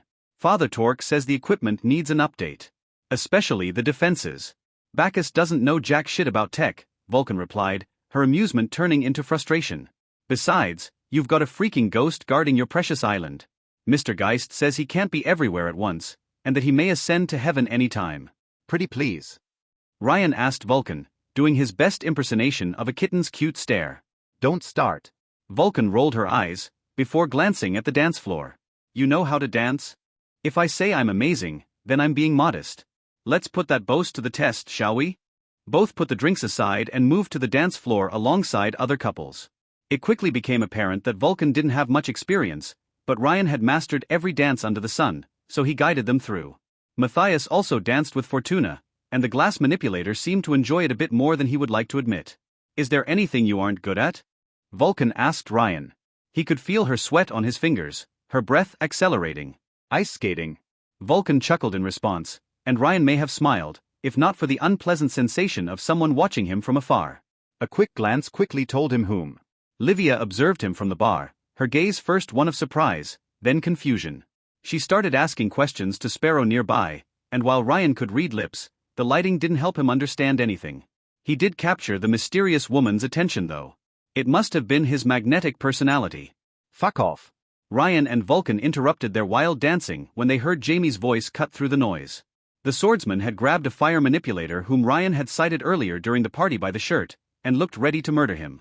The guest carried a broken inhaler in his hands, full of a bluish, almost phosphorescent liquid. It seemed one idiot had ignored Jamie's rules and brought bliss to the party. And Kyung. Chitter looked at the drug with a pale face, shaking. She seemed paralyzed and unable to say anything, a former addict faced with her personal poison. Bliss could be taken either in liquid or gas form, and it was powerful enough to affect genomes. It was also incredibly addictive, which Ryan could personally attest.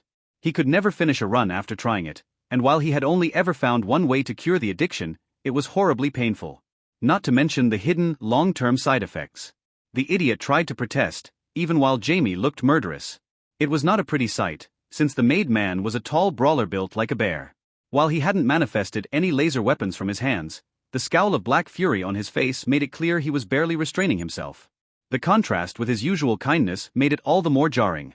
In fact, Ryan had only ever seen him this angry when Luigi had exposed his infiltration in some loops. But, fuck off. Jamie snarled before throwing the genomes backward, his tone turning venomous. Don't bother ever coming back. The guest looked around, surrounded by glares from other guests, and moved towards the door with a cowed face and his inhaler. It's okay? Jamie immediately asked his girlfriend, his frightful face softening back into a kind one. Yes, Kyung said, although she clearly didn't mean it. It's fine. It's fine. Jamie put his hands around her waist in a protective manner and then turned to Ryan when he and Vulcan approached the couple. Sorry for the mess, Zonbato apologized. Your house, your rules, Vulcan replied, glancing at the house's entrance. I'll discipline that idiot, Zonbato. You got my word on this. Thank you. Jamie looked at his troubled girlfriend, then back at Ryan. I think we will retire early. Can you and Lonka take care of the guests in our absence? Sure, the courier said. Can I trust you not to do anything stupid? Jamie asked, an eyebrow raised. I swear I will not start any fires under this roof. That's oddly specific, he noted, but had more pressing matters on his mind. Don't burn down the house. Ryan raised a thumb up with one hand and crossed his fingers behind his back with the other. Jamie and Kyung moved upstairs, leaving the ground and main room to the guests. I didn't know Chitter was a recovering addict, Vulcan noted, showing surprising insight. I'm glad I never took that stuff. Don't get high on your own supply, Ryan replied. Scarface. She smirked at his surprised face. I watch movies too. Maybe I'll show you a few one day. Sparrow approached the duo before they could return to the dance floor. Quick save. The bodyguard cleared her throat. Ms. Livia wants to talk to you. About what? Vulcan asked, her tone shifting from flirtatious to serious. I don't know, Sparrow replied. But you can come if you want. Ryan and Vulcan exchanged a glance, and while the genius clearly wasn't happy about it, she didn't seem willing to deny the request either. That Livia clearly had sway in the organization, or at least her father did. Livia awaited them at the counter, playing with a cocktail. Greta and the vamp formed a security cordon around her, giving her a safe space among the crowd. Her eyes remained set on Ryan with a mix of curiosity and interest. Are you there? Livia asked Ryan, her voice radiating quiet confidence. Maybe, maybe not, Ryan replied. Can we ever be sure that we truly exist? As in, are you physically there, or are you a hallucination? Well, true hallucinations don't ask if they're real, Ryan said. That's how I tell them apart. Livia chuckled in response, but Vulcan's face remained an unreadable mask as she asked a question of her own. Shouldn't you know that already, princess? I would if my power worked on him, Livia replied. She sounded oddly pleased about it. It doesn't. As far as it can tell, the man in front of me does not exist. Vulcan frowned. You mean you can't see him in any alternate universe? Huh? No, which should be impossible, Livia continued, studying Ryan with clear curiosity. My name is Livia Augusti or Minerva. Are you a blue? Perhaps a white. No, I'm not a smuff. I'm closer to magenta. A violet? Oh, then you must be Quicksave. My aunt spoke of you. You know I'm immortal? Ryan asked her, happy to have become famous. I didn't tell anyone before. I'm sure of it, she replied with a bright smile that made Ryan strangely uneasy.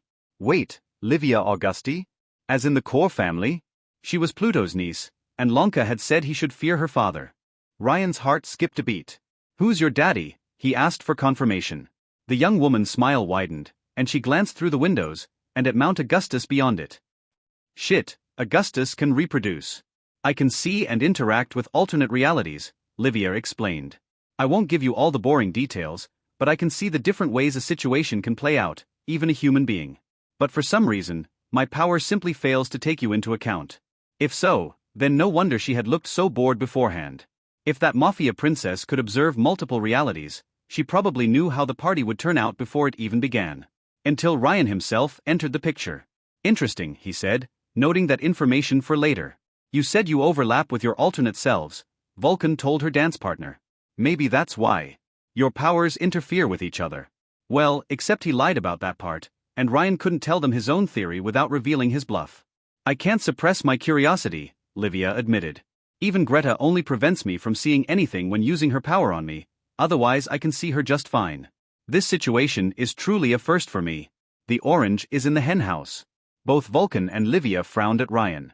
I'm sorry, the Mafia princess asked. If you remember that sentence, then it means everything is fine, Ryan said while grabbing a drink off the counter. I will be sure to remember it then, Livia replied with amusement. The more they talked, the more delighted she looked. I would be interested in examining how our powers interact if you don't mind. I'm still figuring out my limits. How about a wager then?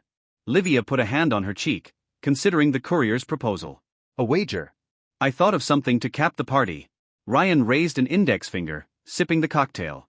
Something so daring, so risky, so mad, that I promise you will never have seen it in any alternate universe. Something which will piss off wyverns something fierce. Livia raised an amused eyebrow, while Vulcan looked ready to take the bait. I'm listening, the Mafia princess said. Ryan smirked. 2 hours later, Ryan hid from lasers behind a desk on the 20th floor of Dynami's HQ. He wore a new purple suit on his person, while an armored Vulcan was engaged in a firefight with the private security. Romano. Enrique Manada pointed a gun at the courier, while furious vines moved to surround him. Drop that cashmere suit. The things he did for his wardrobe. A few minutes before the shootout, Ryan was sitting behind Vulcan inside her mech, both partners in crime observing Dynami's HQ through a computer screen. The tower looked like some game's final dungeon, with increasingly dangerous enemies guarding each floor with the boss at the very top. It almost made Ryan wish for a suicide run, but that would be for another time. His suit awaited him. Should you be drinking while driving? The courier asked Vulcan, who just finished a bottle of vodka. I haven't taken enough to feel any effects, she replied, opening a hidden compartment and putting the empty bottle there. Ryan noticed a few other bottles inside, including a Bordeaux wine and a few other delicacies. Vulcan immediately rose up further in the courier's esteem for showing such exquisite tastes. You have a minibar? I'm a genius, she replied with a smirk. Maybe I will put one in your power armor when I get around to making it. I'm thinking of something sleek, optimized for close combat. I would prefer a Megazord honestly. Maybe it could have a panda-themed animal mode? From those Japanese-American shows? She made a disdainful face. They're campy as hell. Hey, don't spit on my childhood, Ryan complained before squinting. Wait, you watched them too? I looked into many sci-fi TV series for inspiration, Vulcan admitted with a look of brief embarrassment, before changing the subject. Anyway, I finished scanning the area and we're good. So we're going in? Vulcan looked over her shoulder, with Ryan leaning on her back due to the cockpit's lack of space. That may have come out a bit dirty. I studied their defenses, Vulcan told him before focusing back on the screen. Been itching to test my stealth system on Dynamis, but never got the occasion. I still can't believe Livia gave her blessing, especially if she doesn't know how it will end. She gave her blessing because she doesn't know, Ryan pointed out. The Mafia princess seemed as desperate as he was for new and unexpected entertainment. Thanks for helping. I wouldn't try that if Alphonse Manada was in town, even for your pretty face, Vulcan admitted. That ruthless mofo is everything his brother isn't. Even without him nearby, we have minutes before they send heavy hitters after us, after which we're toast. Grab the suit and don't play around. Not even a little? Don't play around, Ryan, Vulcan replied firmly, pointing at the building right next to Dynami's HQ, namely the Il Miglior Tower. Their best can take on our best, and it's their territory. They will move to reinforce the strategic areas like the labs once the alarm is sounded, but confusion will only buy us so much time. Now hold on to me. Ryan sighed but consoled himself with the thought of finally getting a cashmere wool suit. In preparation for this fateful moment, the courier had left most of his clothes behind at Jamie's place, except for his pants, shirt, mask and hat. The only thing he carried with him was the plushie, too dangerous to be left without supervision. Vulcan put it in a compartment inside the mech, sealing its evil away. Vulcan had her mech fly off its current spot and above New Rome, shrouding its metal hide with some kind of camouflage. It might trick Dynami's radars and drone defenses, at least until impact. Vulcan's mech quickly accelerated, the G-force increasing until Ryan had no choice but to hold on to the pilot to avoid being thrown backward. He could see Dynami's building get closer and closer on the computer screen, wing-shaped drones flying around the perimeter. The combination of speed, low altitude, and stealth hid the power armor from their gaze. And then, the mech hit the building like a missile, shattering the 20th floor's windows and most of its ceiling. Vulcan powered through furniture, assembly lines, and wardrobes before finally stopping. Go, go, go. Vulcan shouted at Ryan while the cockpit opened, the courier immediately emerging from the mech. Dynami's wool factory was a sanitized floor lacking anything resembling warmth or color, with mechanical arms replacing humans as part of the assembly line. Only a few desks oversaw the production lines, and since they each housed a computer, they probably belonged to engineers. 2 elevators and stairways linked the floor to the rest of the building south of the duo's current position. Alarms started resonating across the floor, metal panels closing the windows outside and security cameras immediately focusing on the intruders. Ryan didn't pay it any attention. A Gregorian song in his head drowned all noise outside, his attention entirely focused on something straight out of his wildest dream. The freshly made cashmere wool suits were gathered in a wardrobe near his position, each one a different color. Among them was a purple-dyed one, with pants included. The perfect suit had been waiting for him all along. No man would have been insensible to such a sight, and Ryan was no exception. He carefully touched this luxury cloth with his bare hands, feeling the texture, the warmth, the weight of the €1,000 spent on making this vision of heaven. He took this snazzy suit away from the wardrobe, basking in its glory. Suddenly, Ryan decided that existence wasn't meaningless. All the conflicts in mankind's history had been worth it, for they led to the creation of this suit. Ryan! Vulcan shouted at him from inside her mech, growing tense and impatient. The machine had to lower itself not to hit the ceiling. What the fuck are you waiting for? I'm sorry, Ryan had to suppress tears of joy. This is the meaning of life. Unfortunately, newcomers decided to interrupt his divine revelation. A 6-man squadron in white power armor stepped out of the 2 elevators, escorting Blackthorn. The Dynami's executive finished adjusting his suit as if preparing for a meeting rather than a fight. Mr. Romano, Mississippi. Sharif, Enrique Manada said, always dryly polite. If you wish to make a late-night appointment, we had a receptionist downstairs. His soldiers pointed their weapons, powerful laser rifles, at the 2 Augusti genomes. Vulcan raised her own cannon arm at them, both groups facing each other in a tense standoff. I don't take appointments, the genius declared, trying to sound badass. I force them. Ryan groaned at her lack of wit. She needed some coaching on that front. Your attack is bound to fail, Enrique said with icy confidence. The labs are secure, Don Hector is in another location, and our heroes will be there any minute. I don't understand what you're trying to do here, but this was suicide to even try. Oh, a minute is fine, Ryan replied, walking towards Vulcan's mech. We just finished our shopping and we will be on our way. You won't get. Blackthorn suddenly stopped, his composure disturbed by something for the first time in the conversation. Wait, what do you mean by shopping? I don't understand. Ryan pointed a thumb at his shirt. Good. Ryan stopped time, and when it resumed, he had stripped down to his underwear. He kept only his mask, hat and boxers on, the rest of his clothes on the floor. 6 laser rifles were instantly pointed at him, 5 at his head, and 1 at his crotch, by far his most powerful weapon. Behind me, sir, he's going to flash you, a soldier said, moving in front of a speechless Enrique Manada. Ryan ignored the jab, even as the entire squadron seemed ready to blast him to death at a moment's notice. He slowly put on the suit, pants last, ignoring the pervading tension in the room. No one dared interrupt him, his sheer moxie and the absurdity of the situation commanding everyone's full attention. Better. Once he had put on the suit, Ryan started closing its buttons. Slowly. Methodically. Lovingly. Finally, Once he had finished dressing up, Ryan put his hands on his waist. The suit's colors mixed perfectly with his mask and hat, making him look fabulous. The way any genome's costume should. Perfect. For a moment, nobody dared utter a word. Enrique Manada looked at the courier, left speechless by the time manipulator's overwhelming glamour. Il Miglior's manager glanced at the suit, then at Vulcan and finally at his men. They rolled their shoulders in confusion, so he looked back at Quicksave. You broke into our HQ, threatened to start a war for a suit. Enrique seemed unable to make a full sentence, interrupting himself whenever he said more than 5 words. He kept raising and lowering his hand as if trying to point out something, but unable to finish his action. Not for the elixirs or Don Hector, but for a suit. The brand manager turned as stiff and lifeless as a Dynamis ad. Sir. One of the armored soldiers turned to Enrique, keeping his rifle pointed at Quicksave's crotch. Sir, what do we do? Sir. You can't possibly, this has to be a diversion, can't possibly be that stupid. I think you made his brain bug the hell out. Quicksave, Vulcan mused out loud, her cannon arm still pointed at Dynamis' squadron. Enrique shook his head, still unable to regain his composure. I'm trying to process the sheer stupidity involved. Oh, Ryan said, and here I thought you were the smart one. The taunt snapped Blackthorn into action.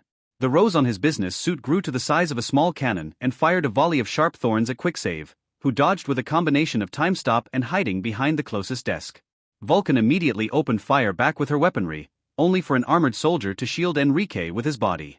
The power armor resisted an artillery shell, although it made the bodyguard stumble. The rest of the squadron retaliated with lasers, targeting Vulcan first. Shoot them! Enrique ordered while grabbing a Beretta hidden inside his suit, a hint of anger breaking through his composure. His rose fell off his costume and started growing to colossal size, turning into an abomination of thorny vines. Ryan peeked over the desk only to quickly hide back behind it, a laser barely missing his head and incinerating his beloved hat instead. The situation had devolved into an open shootout, lasers and artillery shells flying in all directions. The ceiling started crumbling above them, chairs and office supplies falling through growing holes. Romano. Enrique Manada pointed his gun at the courier, while furious vines moved to surround him. Drop that cashmere suit. Stay back. Ryan shouted from his hiding spot, noticing a few pencils and a suit sketch on the desk. I've got a bottle of Roundup, and I'm not afraid to use it. You people have gone too far this time, Enrique snarled, his pride wounded. You think this is a game? Are you high? Naturally so. Ryan stopped time as vines lunged at him from all directions, leaping over the desk and grabbing the pencils while at it. When time resumed, Blackthorn's mutant rose crushed the spot where the courier used to hide. Enrique reacted by pointing his gun at the time traveler's chest. Ryan threw the pencils at the manager's hand with near superhuman accuracy, forcing him to drop his weapon. However, before the courier could reach Blackthorn, rope-sized roots broke through the ceiling and attempted to grab him by the neck like a noose. Ouch, so Il Miglior's manager could not only control plants in a large radius but boost their growth too. I guess you should have called yourself Greenhand, Ryan mocked Enrique but was forced to run away to avoid the deadly plants. The courier rushed at Vulcan's mech, managing to grab his old clothes on the ground while a laser barely missed his shoulder. Get Vulcan ordered, the cockpit opening. Ryan froze time again, climbed on the mech's back, and then slipped inside, Without a pause, Vulcan closed the cockpit and activated the propellers. The mech flew straight through the metal panels covering the windows, shrugging off lasers and thick vines. The vegetal abominations couldn't catch up with the mech once it escaped the building, Enrique glaring at it through the window's hole. Flying Dynamis drones immediately gave chase and fired at Vulcan, who responded by accelerating. Ryan had to grab the genius by the waist to avoid being thrown back by the sheer G-force involved, as the mech flew away towards the Mediterranean Sea. Vulcan kept increasing the speed and lowered her altitude until her mech all but touched the waters, distancing the drones. After a 5 minutes chase, the mech lost its pursuers and decelerated. Once safe, Vulcan and Ryan looked at each other while still high on adrenaline, then erupted into shouts and victory cries. That was amazing. Vulcan laughed, beaming with joy. Yeah, right? It's comfy and classy. Ryan examined his new suit. As if it were made for me. I can't wait to see the news tomorrow morning and the Dynamis press release. Vulcan grinned ears to ears. It will have been worth it just to see that Manada ass-face while trying to explain this. He can't even cover it up. So we win the bet, Chief? Ryan asked mirthfully. Oh yes, we do. Vulcan replied with a chuckle. Handily. I hope there's a prize, Ryan deadpanned, seeing a notification on the screen. Looks like we're getting a call. It's the defunct channel from my old Dynamis days, Vulcan said, picking up the call. Sharif, do you even understand what you have done? Enrique spoke on the other side of the radio. You vandalized our HQ to steal a cashmere suit? You think you are above consequences? You should thank us for testing your defenses, Vulcan replied with a grin. Dynamis won't take this lying down, Enrique replied, his tone laced with menace. This time, you've pissed into a volcano. Vulcan responded by shutting off the channel. So what next, Chief? Ryan asked. I mean, you're the designated driver there. Jasmine. You can call me Jasmine when there's no one around. She looked through the screens, checking if anyone followed them so far, but her stealth device worked perfectly. We're going home. Jamie's house is the other way. Jasmine looked over her shoulder, looking at him as if he were the biggest idiot she had ever met. We're going to my home. Oh. Ryan took in her proposal, and while he was short on words for a moment, something quickly came to mind. Is wyvern the safe word? Vulcan's hand lunged for Ryan's hair, grabbed it, and forced his head to move within an inch of her own. Yes it is, smartass, the genius said, showing the courier her bare teeth, but spoiler warning.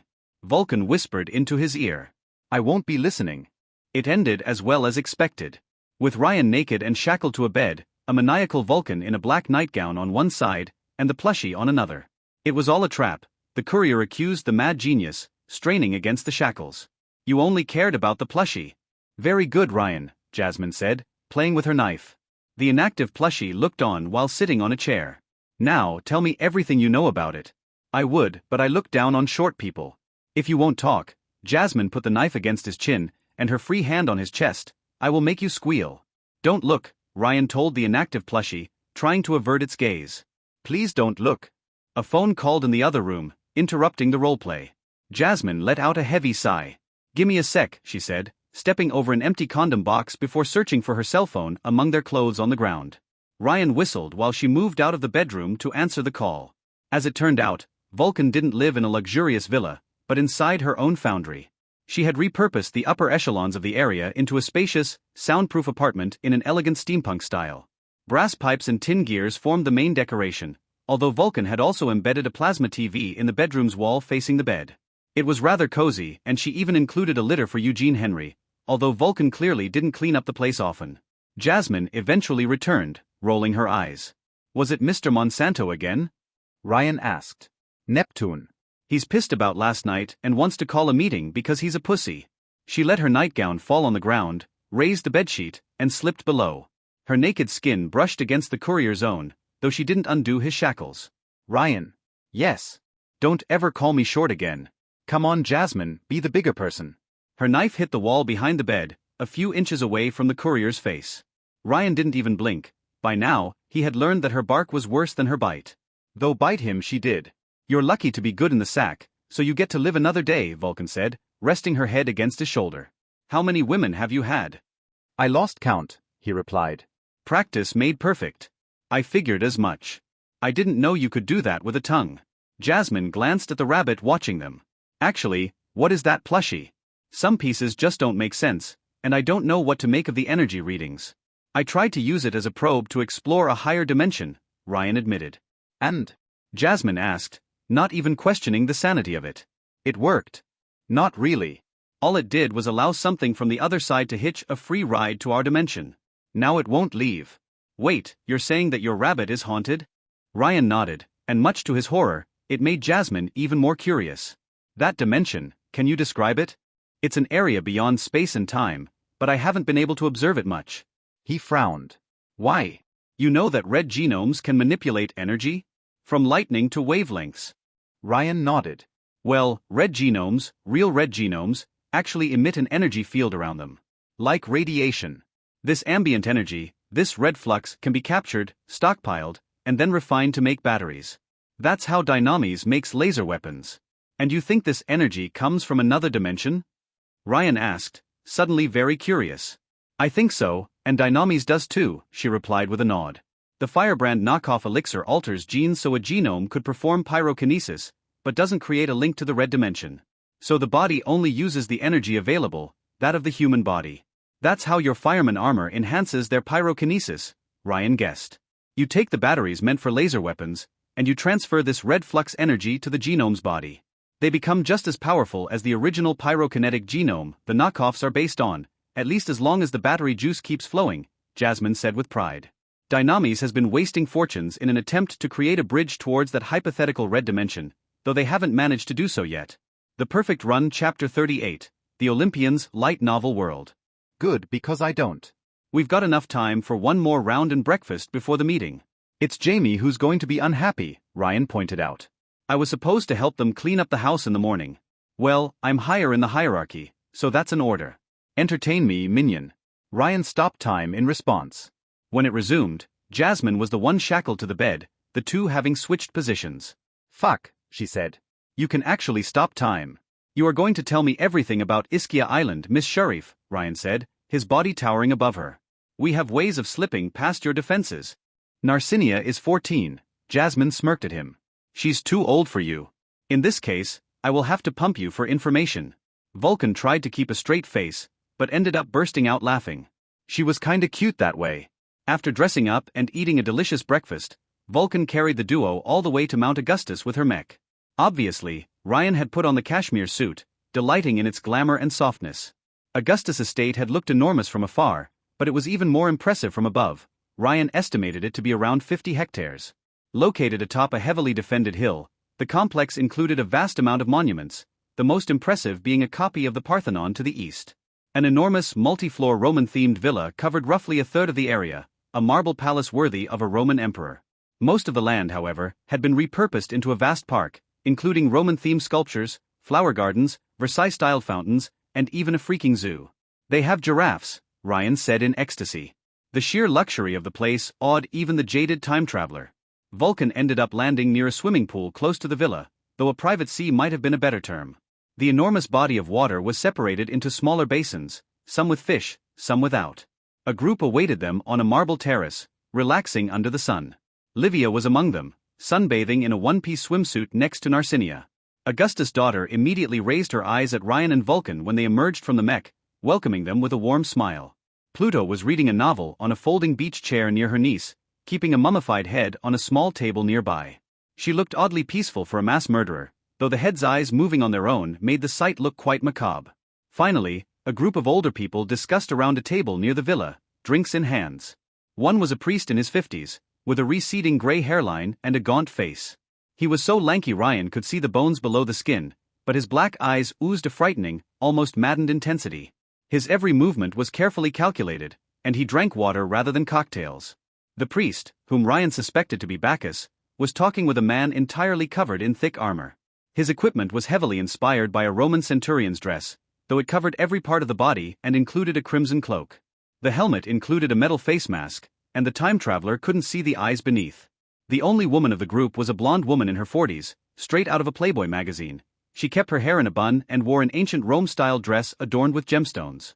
Though he could see only the lower part of her face and sapphire eyes due to a gold-plated masquerade mask, Ryan noted a family resemblance with Fortuna in that woman's jawline. She was probably the lucky girl's mother, keeping her arm around the red centurions. The last man around the table was clearly the oldest, somewhere in his 60s. He had dyed his hair and thick long beard blue, which complemented his eyes. He wore no mask except a golden diadem and dressed in an elegant navy blue business suit including seashells as part of the design. The old man instantly glared at Ryan and Vulcan upon seeing them, leaving the table with a dark look on his face. Much like Pluto and Minerva, the family resemblance was unmistakable. "That's Neptune," Jasmine pointed out the obvious. "I could tell," Ryan replied, waves starting to form out of nowhere in the swimming pool. Clearly, he was jealous of the courier's better suit. Can he drain the water within us with a thought? Thankfully not. His girlfriend smirked. He's an orange, so organic matter interferes with his power. Besides, he is a macro-hydrokinetic. The bigger the water volume, the greater his control. The priest is Bacchus, the couple is Mars and Venus, and the mummified head is Mercury. I imagined him taller. Mercury is a paranoid loon who doesn't leave his home, Vulcan snickered. He can reanimate corpses and command them, so he sends them on missions. Ryan Vulcan. Narcinia waved a hand at the couple upon noticing them. "Welcome to Mount Augustus," Livia said, though she didn't rise up from her long chair. A true queen. "We were just discussing yesterday's events. I admit you were right, I couldn't anticipate anything like it." "Did we win a prize?" Ryan asked. "Personally, I would settle for a statue in my honor. Marble or gold?" Livia replied with a wink, examining his suit. "I love it. It's classy. Ooh, I could add a few flowers if you want. Narcinia told Ryan. Nah, I used all my weed killer on Blackthorn, Ryan said, Jasmine smirking. The banter was interrupted by a very furious Neptune. You little, irresponsible brats, he snarled, pointing a finger at Jasmine and Ryan. I should drown the both of you right now. Can you do it in Coca-Cola? Ryan asked innocently. Much to his surprise, Vulcan didn't smash his foot to silence him, and instead bantered back. It's like being drowned in acid, Jasmine told him. Diabetes acid. Yes, so my death will be quicker. Do you have any idea what you did? Neptune thundered. Vulcan, you and your soldier could have sparked an all-out war. Uncle, they did it on my orders, Livia spoke up calmly. I will take full responsibility for this. It was still stupid, Neptune snarled.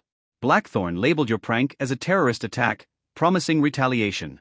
Enrique must have suppressed the part where I undressed and put on the suit, Ryan said.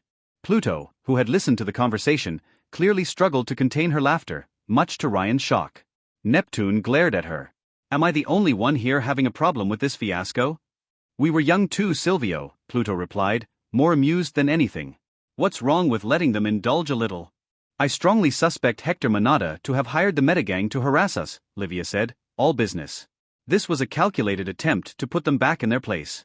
By stealing a suit, her uncle asked with heavy sarcasm, clearly not believing his niece. Did you summon us to bitch about it? Jasmine asked with a shrug. 'Cause we got important work to do. There is also the matter of Mercury's replacement, Livia explained. As we discussed in our previous meeting, I stand by my decision to retire. The mummified head spoke with an old weary voice, startling Ryan. I've grown too old for this. Marco, last time I met you in the flesh you were lively for someone past pushing 90. Ryan turned towards the speaker, Mars. The Roman cosplayer had risen from his table to meet the group, his wife holding his arm. Bacchus followed his hands behind his back. You're still one of our best. I personally know someone older than you with a youthful attitude, Pluto said while giving Ryan a knowing smile. I've lived through 3 generations of the Camorra children, yours included, the talking head said. I'm weary, I've earned more money than I could ever use, and I have no family left. I believe it's time I buy a private island and spend the rest of my days drinking margaritas on the beach. This will wait until after their punishment, Neptune said, still glaring at Vulcan and Quicksave. For what, giving Dynamis their due? Venus spoke up, greeting Ryan and Jasmine with a nod. Did you see Felix during your attack, Vulcan? Vulcan shook her head. No, only Blackthorn. They didn't react fast enough to send heroes after us. A shame, the Centurion greeted Ryan before shaking his hand. Greetings, I'm Mars, though you can call me Luca. I appreciate you looking for my daughter at that party. We had goat fights, Narcinia said innocently. Oh, by the way, what happened to Shub Nigurath? Ryan asked with concern. Is she all right? A guy and his girlfriend took her home, Narcinia said. They said they would put her to good use, but when I asked which one, they just put a hand on my head and smiled. Mars burst out laughing, while Venus glared at her husband. I've got enough with a cat, Jasmine whispered into Ryan's ear. I'm not taking a goat. Well, I admit I'm torn, Ryan whispered back, shuddering. I don't know where she has loitered. Back to the important subject, Neptune cut through the chit-chat. Tensions with Dynamis are at an all-time high and they can't tolerate a direct attack on their HQ. They will strike back, if only to keep face. War now would be a tragedy, Bacchus said, his voice soft and soothing like honey. He had remained silent for a while, listening to everyone. Thanks to Ceres, we are on the verge of achieving heaven. A conflict with Dynamis will interfere with that. You and your heaven, Venus rolled her eyes.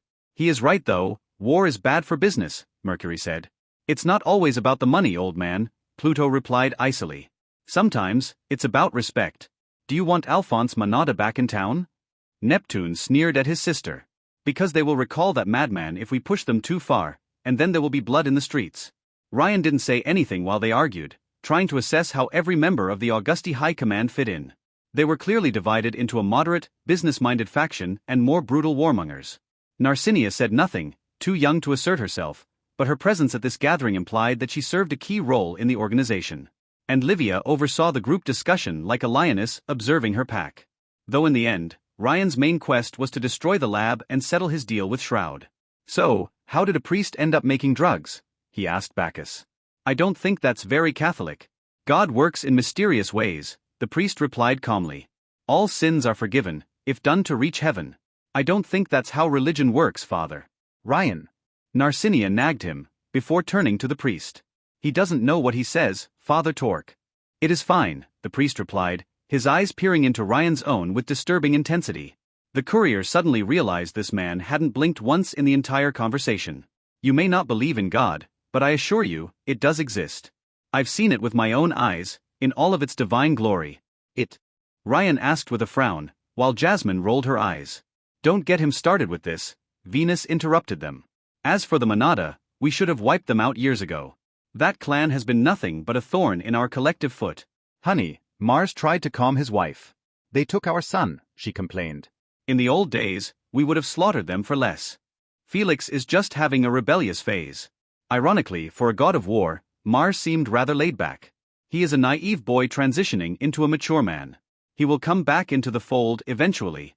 Livia's eyes turned to cold steel upon hearing this. She grabbed a towel to cover her shoulders and rose from her long chair. He won't, and there will be no punishment for yesterday night. Livia, Neptune began. That is for father to decide, she interrupted her uncle. And you know he will see things my way. Neptune flinched. You called him. Livia nodded slowly, while the air grew oppressive. An electrical tension spread through the atmosphere, like during a thunderstorm's approach. Everyone tensed up except for Livia herself. The villa's doors slowly opened, everyone staring at them in utter silence. Even Ryan, who was usually unflappable, remained still. A towering, shining figure stepped through the threshold. A faint halo of crimson electricity surrounded his body, making it difficult for people to look directly at him. When he focused though, Ryan began to distinguish the shape of an aging man wearing a toga beneath the electrical shroud. But when the courier looked into this man's cold gaze, he realized that age hadn't dimmed his brutality one bit. My daughter, Augustus said, his voice echoing with the sound of booming thunder. Why have you called me? The entire Augusti High Command had gathered around a table near the villa, and none of its members dared to speak. Allowed to sit between Vulcan and Livia at the Mafia Princess' behest, Ryan kept his arms crossed as he observed the scene. The various Olympians formed a circle, all of them eyeing their leader warily. Mercury's mummified head had been placed at the edge near Pluto, while Narcinia sat with her parents. Mars kept an arm behind his chair, clearly the most relaxed of all people present. And Bacchus? The man made Ryan curious. The priest never blinked or betrayed any facial micro-expression. And instead of looking at Augustus like the rest, his focus remained entirely on Livia. Augustus listened to his brother Neptune retelling him the events of last night, his body shrouded in a halo of lightning. It made it impossible to clearly distinguish his face, and the man radiated power in more ways than one. Ryan couldn't shake the pervading aura of dread around the table, as if everyone worried they might get punished for a minor offense. Even Ryan didn't crack a joke.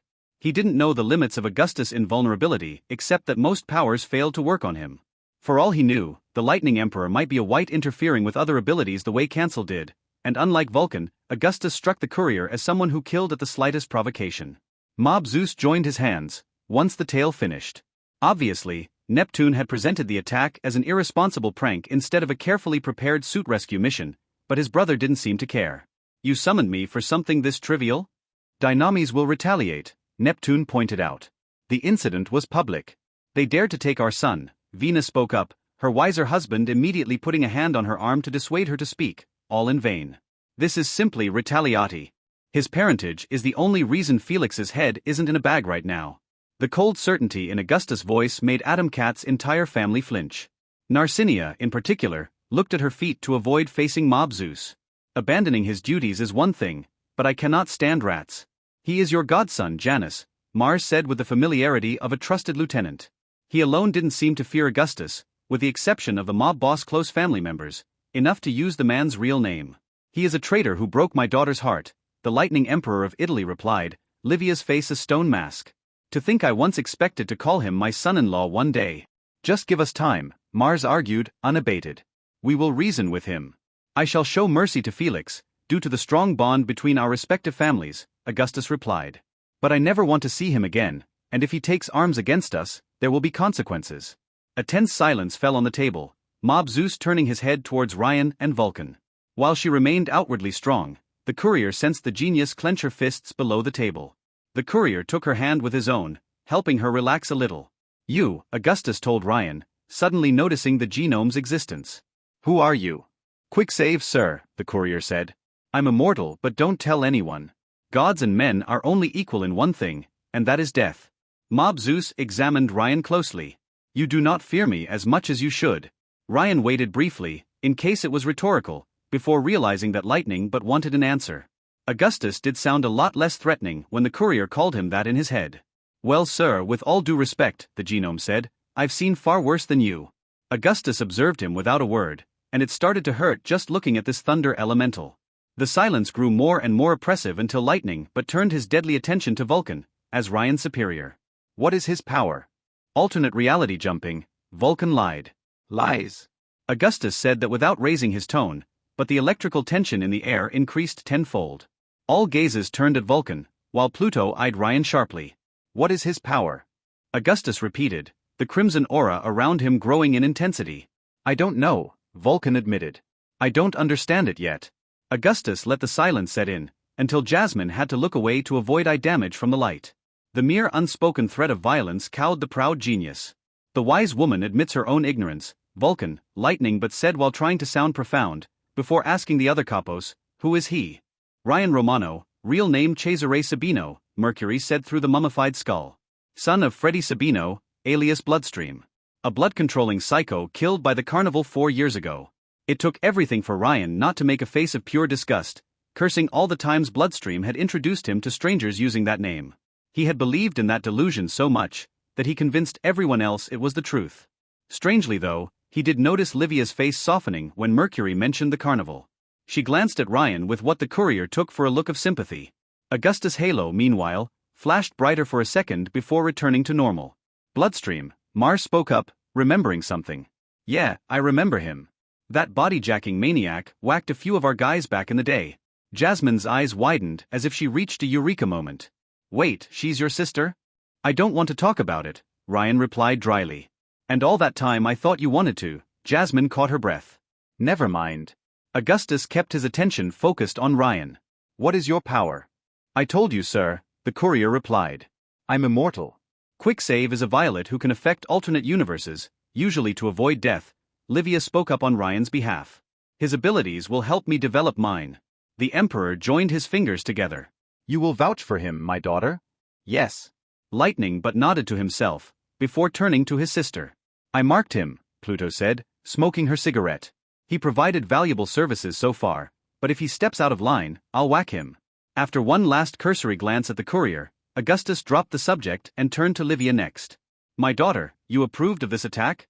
Yes, I did, Livia replied calmly. Then why are we talking about it? Janus, Neptune cleared his throat. This is serious. Minerva is my heir and speaks with my voice, Lightning but replied with disdain. Your role is to advise and mentor her, not to question her orders. Neptune joined his hands, clearly unhappy with this turn of events. Then what? We prepare for war. Even if we win, it won't be without heavy casualties.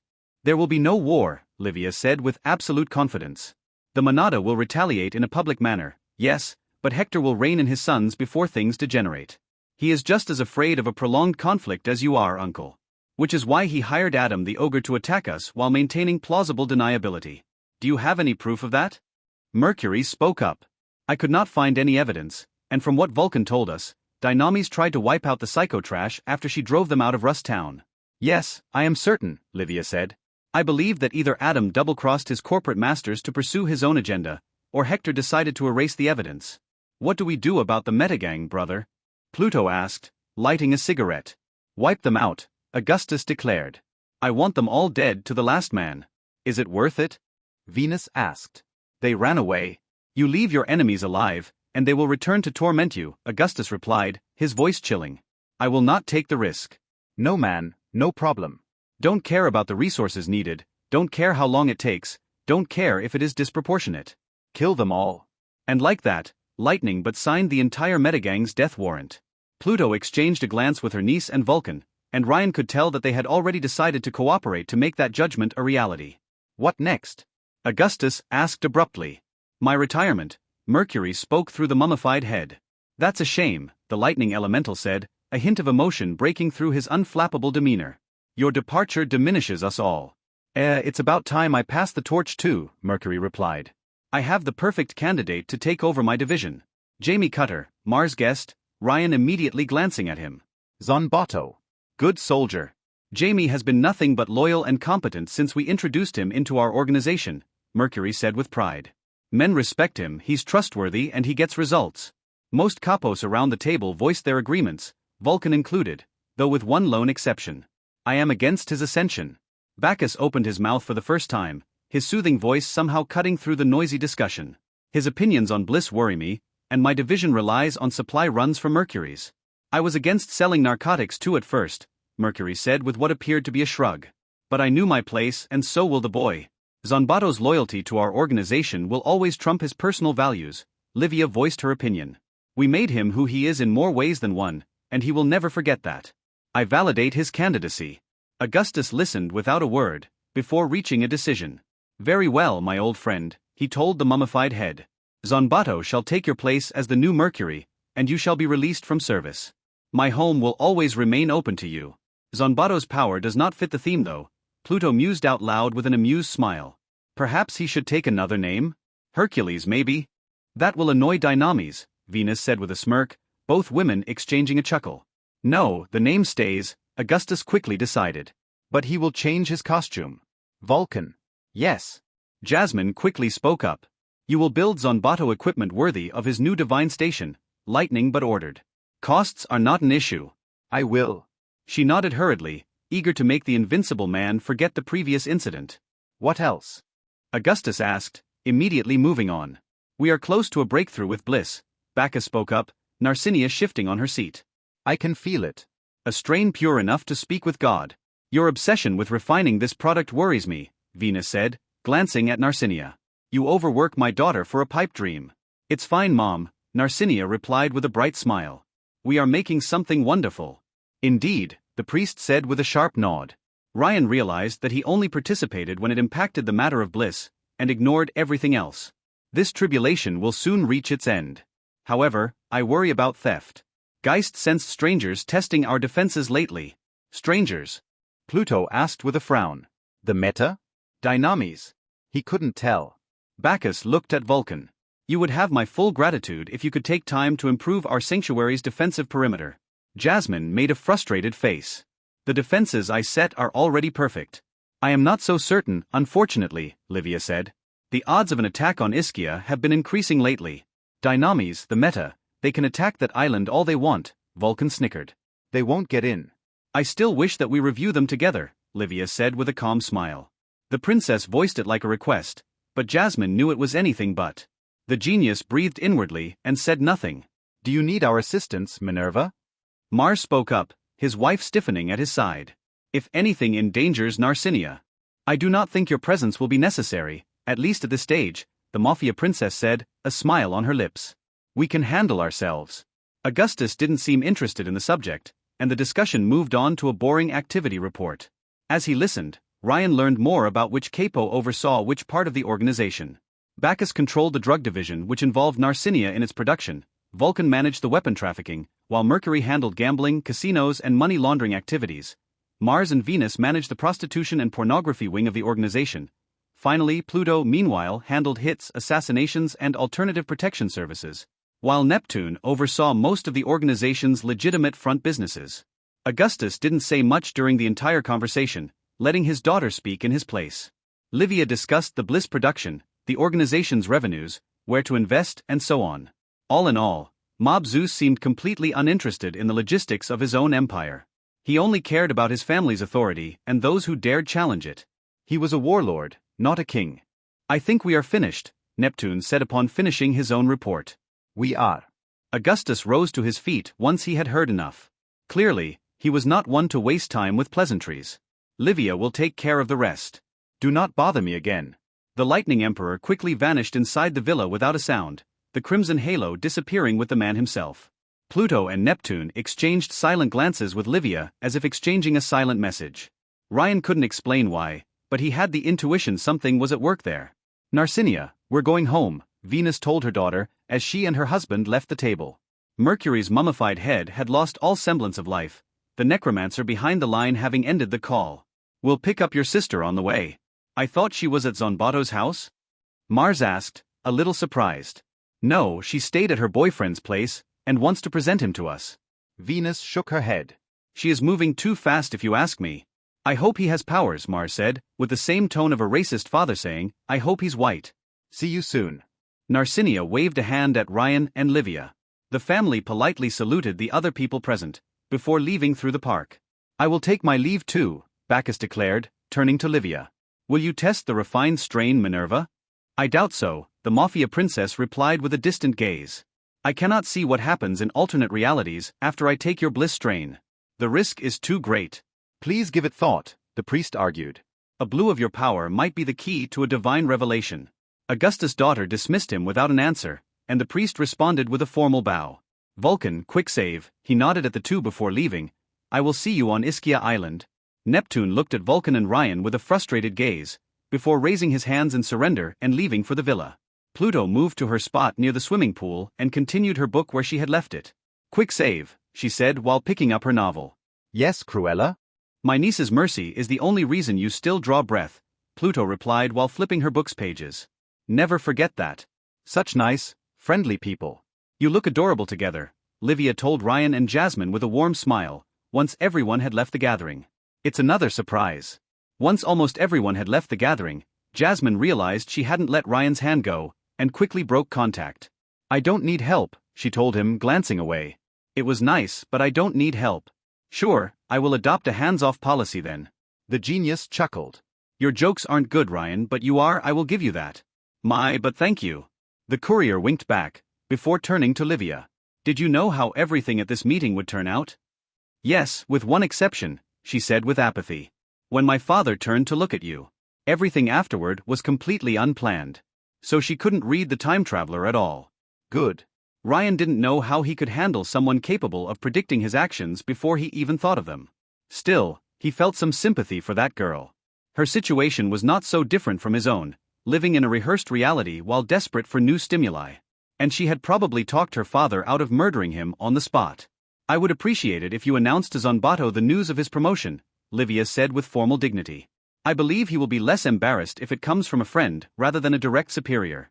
Sure, that will make more drinks for us when we celebrate, Ryan replied, though he couldn't suppress his curiosity. What did you mean when you say that you made him? We have a war chest of elixirs, Livia explained. Originals that we collected before they could be used, or knockoffs we requisitioned from our corporate competition. When unpowered foot soldiers prove themselves worthy of ascension through merit and loyalty, they are granted a potion. Jamie was among them. And about your father? Can I call him Lightning Dad? Not to his face, Livia chuckled, while Jasmine rolled her eyes. Rome had co-emperors, one elder Augustus, and a junior Caesar groomed to take his place. He is giving me more leeway as time goes on. I apologize for, how he treated the both of you. My father thrived in more violent times. At least he gets shit done, Vulcan replied, having recovered enough to snicker. Unlike the suits on the other side of town. I still don't get why you spoke on my behalf though, Ryan admitted. Call me a good judge of character, but I can tell you are a great friend if treated with respect, Livia said, a hint of sadness breaking through her composure. And I can tell you are in great pain deep within. Ryan's mood turned sour. Do you want it? He asked Livia, finding the current situation a little too familiar to his liking. To follow in your father's footsteps? The Mafia princess had an excellent poker face, but the courier had mastered the art of reading micro-expressions over his endless wandering. She was good, but couldn't quite hide the unease beneath. Careful, Ryan. Livia gave him a strained smile. Here be dragons. Ruins of Sarajevo, Bosnia-Herzegovina, October 2014. Constructed inside a valley surrounded by 5 mountains, Sarajevo had once been a beautiful place. A perfect mix of small, pastoral houses and tall modern buildings, the city had housed events such as the 1984 Winter Olympic Games, survived the Yugoslavian wars, and thrived in the aftermath. But that was long ago. Today, Sarajevo was a vision of hell.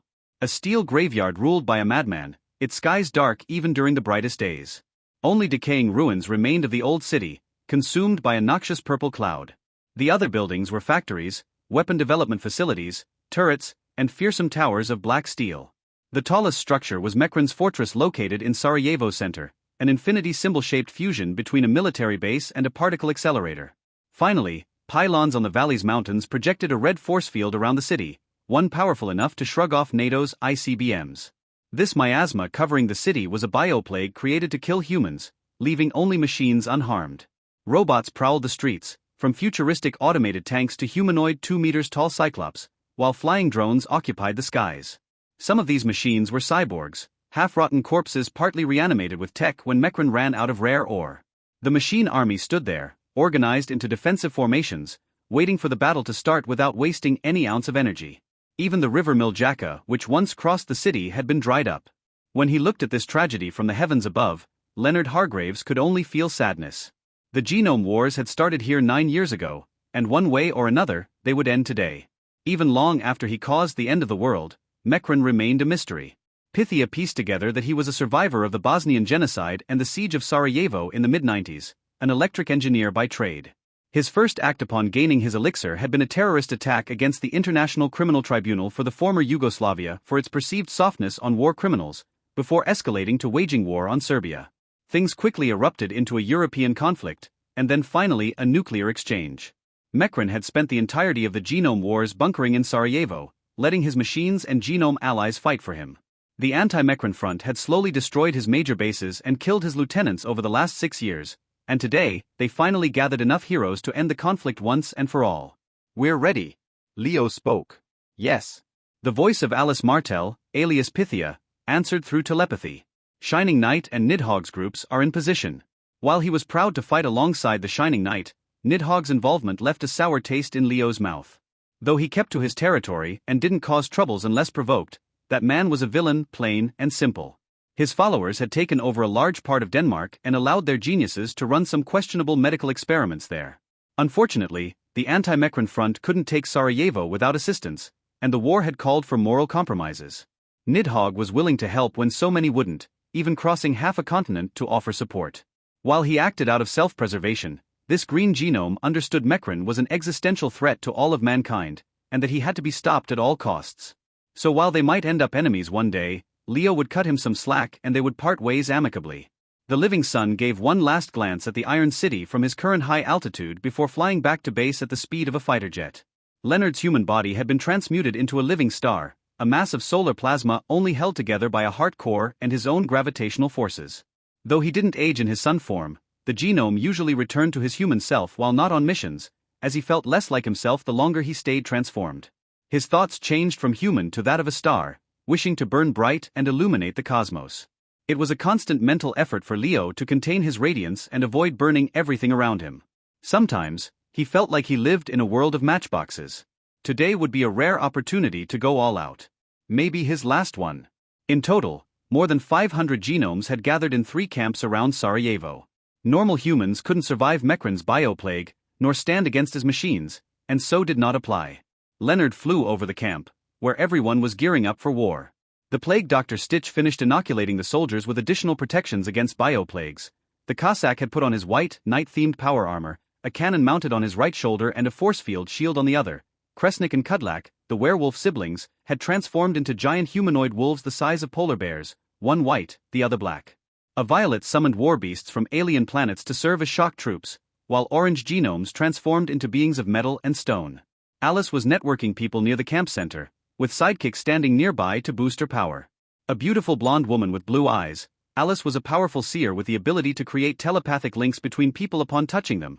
Those she networked worked intuitively together like a hive mind, much like Mekran's robot army formed a superorganism spread through countless bodies. Besides increasing teamwork, Pythia's power could also be used for precognitive purposes. The more people she networked with, the more she could anticipate the future. In many ways, she had been the driving force behind this alliance. Today's battle would be the culmination of her chess match with Mekran, and the heroes would be her pieces. Sidekick, meanwhile, was an average-looking youth with brown hair and amber eyes. He belonged to Shining Knight's group, being a white enhancing the power of other genomes so long as they remained within 10 meters of his person. The trio would soon be rejoined by Calculator, a genius with the ability to calculate probabilities to the point of precognition. Pythia, Calculator, and many other blue genomes had debated the plan of attack. From nuking Sarajevo to a guerrilla battle, everything had been considered. Leo didn't know what made them decide on a conventional invasion, besides mentions of a dead hand system, but he trusted their judgment. Some, like Pythia, were members of Leo's carnival. Others were hero warbands or vigilantes like the Cossack, who answered the call to war. Dynamis hadn't sent anyone, though they did provide equipment. They were too busy dealing with Augustus in Italy. The mere thought of his nemesis infuriated Leonard, reminding him of that dreadful day he returned to the Costa farm, only to find all its inhabitants murdered. He had sworn to bring their killer to justice, and once Mechren was dealt with, he would do exactly that. The living sun, though he disliked that nickname, landed near Alice, toning down his body heat to prevent her from catching fire. "Leonard," she said with a warm smile. Unlike the genomes making up the army, she dressed casually. "Ready. Like the day I was born." Even before the apocalypse, Leonard had been a full-time firefighter in the London Fire Brigade, quite ironic considering his main power. He liked to think he still put out fires threatening the innocents, even if some could shoot lightning from their eyes. "How much time do we have?" "Enough for one last speech if you're up for it." She tried humor, but Leonard didn't hide his concern for his old ally. "You're sure you want to do this?" he asked her. "You have never networked so many people at once, even with help from Sidekick." "We can't outthink a combat AI without the use of powers," Pythia replied. "Mechren's armies are so effective because they fight as one. They have us outnumbered more than 1,000 to 1. Even if we have superpowers on our side, we need all advantages possible. I'm just saying the risks are great." She often suffered from dangerous headaches when she directed a large group, and never one this big. "Unlike me, you still have a husband and son at home. It's precisely for them that I'm willing to risk everything." Leonard couldn't argue with that. As if on cue, the various fighters gathered around them. Most were veterans of a dozen battles, others were new recruits. Leonard noticed a few of his other teammates among them. The teleporter ace, a freckled young woman with long auburn hair, dressed like a rogue with high boots, a red coat, and feathered hat, and Mr. Wave, a creature of pure energy wavelengths held together in a fancy purple suit. Every set of eyes was on Leo. "I'm not one for speeches," the red genome declared. Shining Knight and Nidhogg were probably speaking with their troops miles away. "So I will be short and to the point. This is it. This is the final battle. Mechren is exhausted. His facilities, those which we could locate, have been destroyed. His last genome lieutenant, Asmodeus, has been slain. He's low on troops, low on weapons, low on options. This is his last stand, and he knows it. The news should be a relief, for all of us have lost something to this madman. Family. Friends. Home. But as they say, a cornered rat will bite a cat," Ace mused, a few people chuckling among the audience. "We know you say that all the time. But this time, the rat may very well kill the cat," Leo rolled with a metaphor. At Pythia's behest, a light-manipulating genome projected the image of two massive war machines behind Leonard. Enormous satellites equipped with solar sails and enormous laser cannons. "These are the Kujata and the Bahamut orbital satellites with the power to devastate entire countries," Leonard explained. "Mechren's previous orbital weapons remained in low Earth orbit, where they could be destroyed. The new ones, though, will fly deep into space, and even I won't be able to reach them. In a few hours, maybe minutes, Mechren will attempt to launch them and wipe us all out." Whispers spread through the crowd, as the grim reality of the situation settled among them. "I know some of you, myself included, were a bit apprehensive with the help we enlisted to wage this war. But this is not a battle between nations, or between heroes and villains. This is a battle between life and death. And more than ever, this is a battle against time. Our goals are twofold: to destroy these satellites before they can be activated, and to defeat Mechren once and for all. Over the past few months, we have methodically cut off his escape routes. Today we fight to the death." "Good," Cossack said, his tone dangerous. "Mechren's death." "Yes," Leonard agreed. "Mechren surrendered his humanity long ago.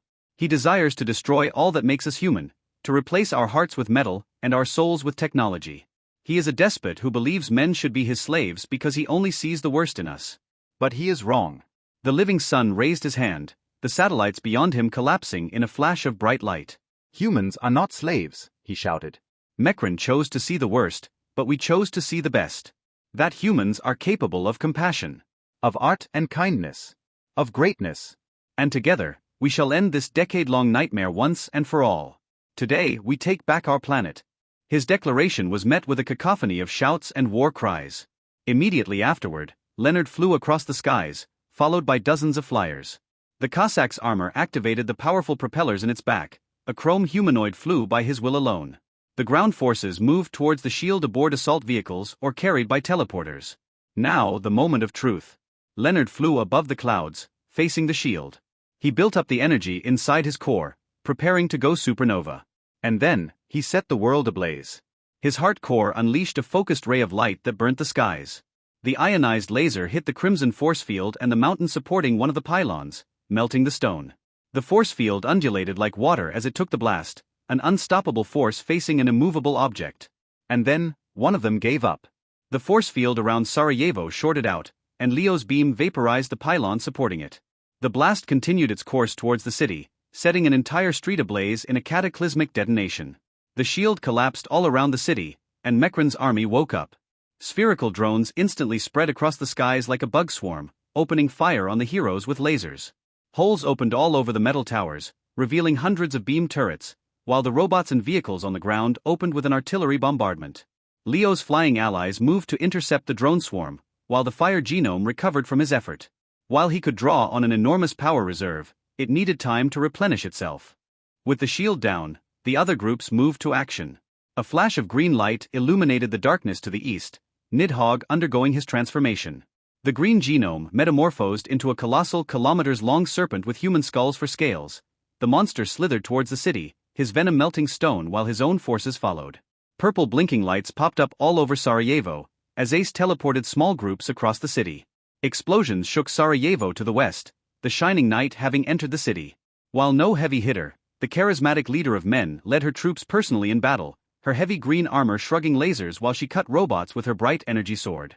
Her contingent was by far the largest, providing almost half of the genomes participating. Most were the defenders of a democratic state rising from Germany's ashes, the new Republic of Bavaria. Mekran had destroyed their home once, and now they would see justice done. Having recovered, Leo flew into the city, followed by the Cossack and some caped fellow. Their allies had cleared a path ahead, engaging the drone swarms, but faced heavy resistance. The towers unleashed hundreds of lasers in all directions, cutting genomes and buildings alike, while artillery bombardments from the defensive turrets destroyed almost every ruined building still standing. And of course, Mr. Wave couldn't help but brag. The show-off had moved in the middle of a robot-crowded street, hands raised. "Can you feel fear, robots?" The robots had opened fire mid-speech, but lasers and bullets harmlessly phased through the red genome. Because Mr. Wave feeds on tears. Mr. Wave vanished, his wavelength body turning into a deadly laser moving at light speed. Before Leo knew it, his teammate had carved a path through the robots, cutting the machines in half merely by moving through them. Meanwhile, the werewolf siblings were busy tearing apart a tank with their bare claws, leading a pack of monsters. The caped fellow charged at one of the metal towers and brought it down by going through it. The other flyers spread to support the ground forces, while Leonard and Cossack moved towards Mekran's fortress. The enormous base's walls opened, waves of jetpack-powered robots flying towards them armed with heavy rifles. They immediately fired a volley of black projectiles at the duo, forcing them to spread out. Though they moved slowly, the robots' bullets powered through any matter, absorbing anything close to them. Gravity rifles. Leonard had faced a few in previous engagements, and one had almost torn his core apart. He suspected Mekran had specifically designed the weapon to kill energy-based genomes like him. Leonard retaliated with plasma beams, while the Cossack hit the machines with his shoulder cannon. Both sides aimed with deadly accuracy and moved around with grace. The machines dodged with inhuman dexterity and reflexes, while the genomes had speed on their side. Guided by Pythia's network, Leonard entered some kind of trance, his body moving on its own. It was as if a primal instinct had taken over, shutting down his conscious mind and leaving only a battle program. He became no different than the machines he fought. No, Leo realized. He was different from these machines. Pythia's network let each individual keep their free will, yet allowed people from different backgrounds and who had nothing in common to cooperate for a common cause. Their army was united in its diversity, while Mekran's machines were mindless copies, soulless slaves to a despot who considered free will as a disease, rather than something to be cherished. And at some point, Pythia's network began to outperform Mekran's robotic hive mind. Leonard hit one robot, then two, then three. The numbers kept climbing, but the genome's view had been reduced to blasts, black bullets and burning metal. 50, 70. When will they learn? The Cossack asked, bombarding drones with his shoulder cannon. Leo assisted him with plasma blasts, the two wingmates coordinating their assault with perfect synchronization. Pythia's network even allowed them to hear each other over the explosions, as astonishing as it sounded. And yet, in spite of their impressive resistance, more robots kept coming. There was something terrifying in fighting these machines. Humans and animals could feel fear, fleeing lost battles, often hesitating before attacking, or attempted to communicate. But not Mekran's robots. They felt no remorse, didn't make a sound and never retreated. Leo fought an unrelenting tide of steel that just wanted him dead. Still, the battle seemed to be going well for them. The Shining Knight's troops held the line on the western side, while Nidhogg had reached the city, toppling buildings and crushing a laser tower under his sheer weight. The corpses of Mekran's undead cyborgs were absorbed by the giant reptile on contact, regenerating his biomass lost to the enemy's energy weaponry. Once transformed, Nidhogg was almost unstoppable, a juggernaut fueled by death. His troops followed in his wake, genomes modified with cybernetic or biological implants. Like Remarus supporting a larger shark, they mostly stuck to defending their leader from smaller drones threatening to swarm him.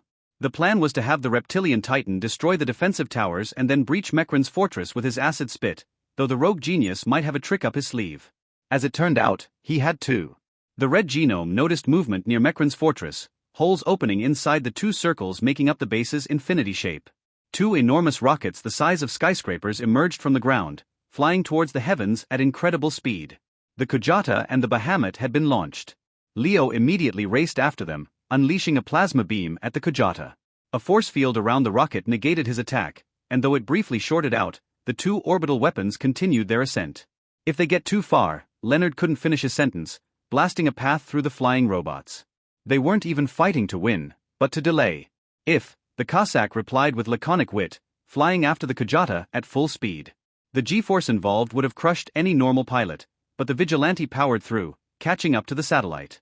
He was a man who believed in actions over words. Leonard pursued the Bahamut, intending to crash into it and bypass its force field, when a roar echoed from behind him. The red genome turned around, as a monster emerged from the fortress. The creature looked like some kind of biomechanical European dragon. The 10 meters tall reptile had wings similar to solar sails, its red scales mixed with black machinery covering the chest, the head, and the claws. Its yellow, reptilian eyes glared at the red genome, betraying a hint of intellect. What the hell was that? A biomechanical war machine? Leonard didn't have time to fight it, or the Bahamut may escape Earth's orbit. As if to answer his thoughts, the dragon pointed at Leonard with both its hands, the claws shining with crimson energy. A crushing force took over the living sun and forced him down. Much to his surprise, Leonard ended up crashing towards the ground, an invisible hand dragging him away from the Bahamut. Though he was more skilled with plasma and fire, Leonard could manipulate his own gravity. While he mostly used it to fly, he had learned a few other tricks. Manipulating his gravity field, he managed to collapse the effect, bringing him down, returning to the fight. What was that? Leonard asked out loud, pursuing the dragon. A gravity well? Gravity control, Pythia said as the dragon roared back. It's a red. Leonard thought he had misheard for a moment. What? But only humans. Until now. Mekran's power covered multi-agent systems, from artificial intelligences to nanotech constructs. His MO was to create AI dedicated to the creation of new technologies, allowing him to make breakthroughs in specialties outside his own. Mekran was the most dangerous kind of genius, the one who could make more. But to think he had uncovered the secret of elixirs. The rogue genius couldn't be allowed to escape. No matter what. Gathering up plasma in his core, Leonard fired a deadly beam at the creature.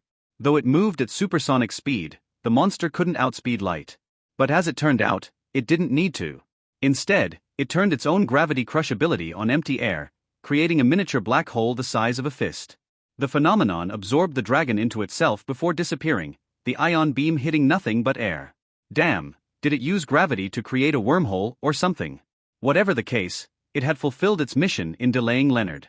The Cossack had somehow managed to bring down the Kujata, the satellite's wreckage crashing on Sarajevo streets, but the Bahamut had become a faint light point in the skies. Shit. 73% chance that the Bahamut opens fire on Sarajevo once online, according to calculator, Pythia warned. Increasing by 1 point every 10 minutes. Had Mekran grown desperate enough to fire at his own base? It wasn't about winning anymore. Leonard turned towards the heavens, ready to pursue the satellite even into the dark reaches of space if needed, when Pythia's voice interrupted him. No, don't. Hit the fortress and reach Mekran. Kill him before he pulls the switch. The odds are better. But the satellite will. Something worse is coming. Leonard froze. What do you mean? If his fortress isn't annihilated soon, Mekran will somehow kill everyone in Sarajevo, Pythia said, her composure breaking into genuine fear. Destroy the bunker at all costs. What's waiting for me inside? I don't know. Her words turned haunting. I only see black. It's all black. Leo braced himself for battle and flew at Mach speed through the fortress metal walls. Mekran was waiting, deep down.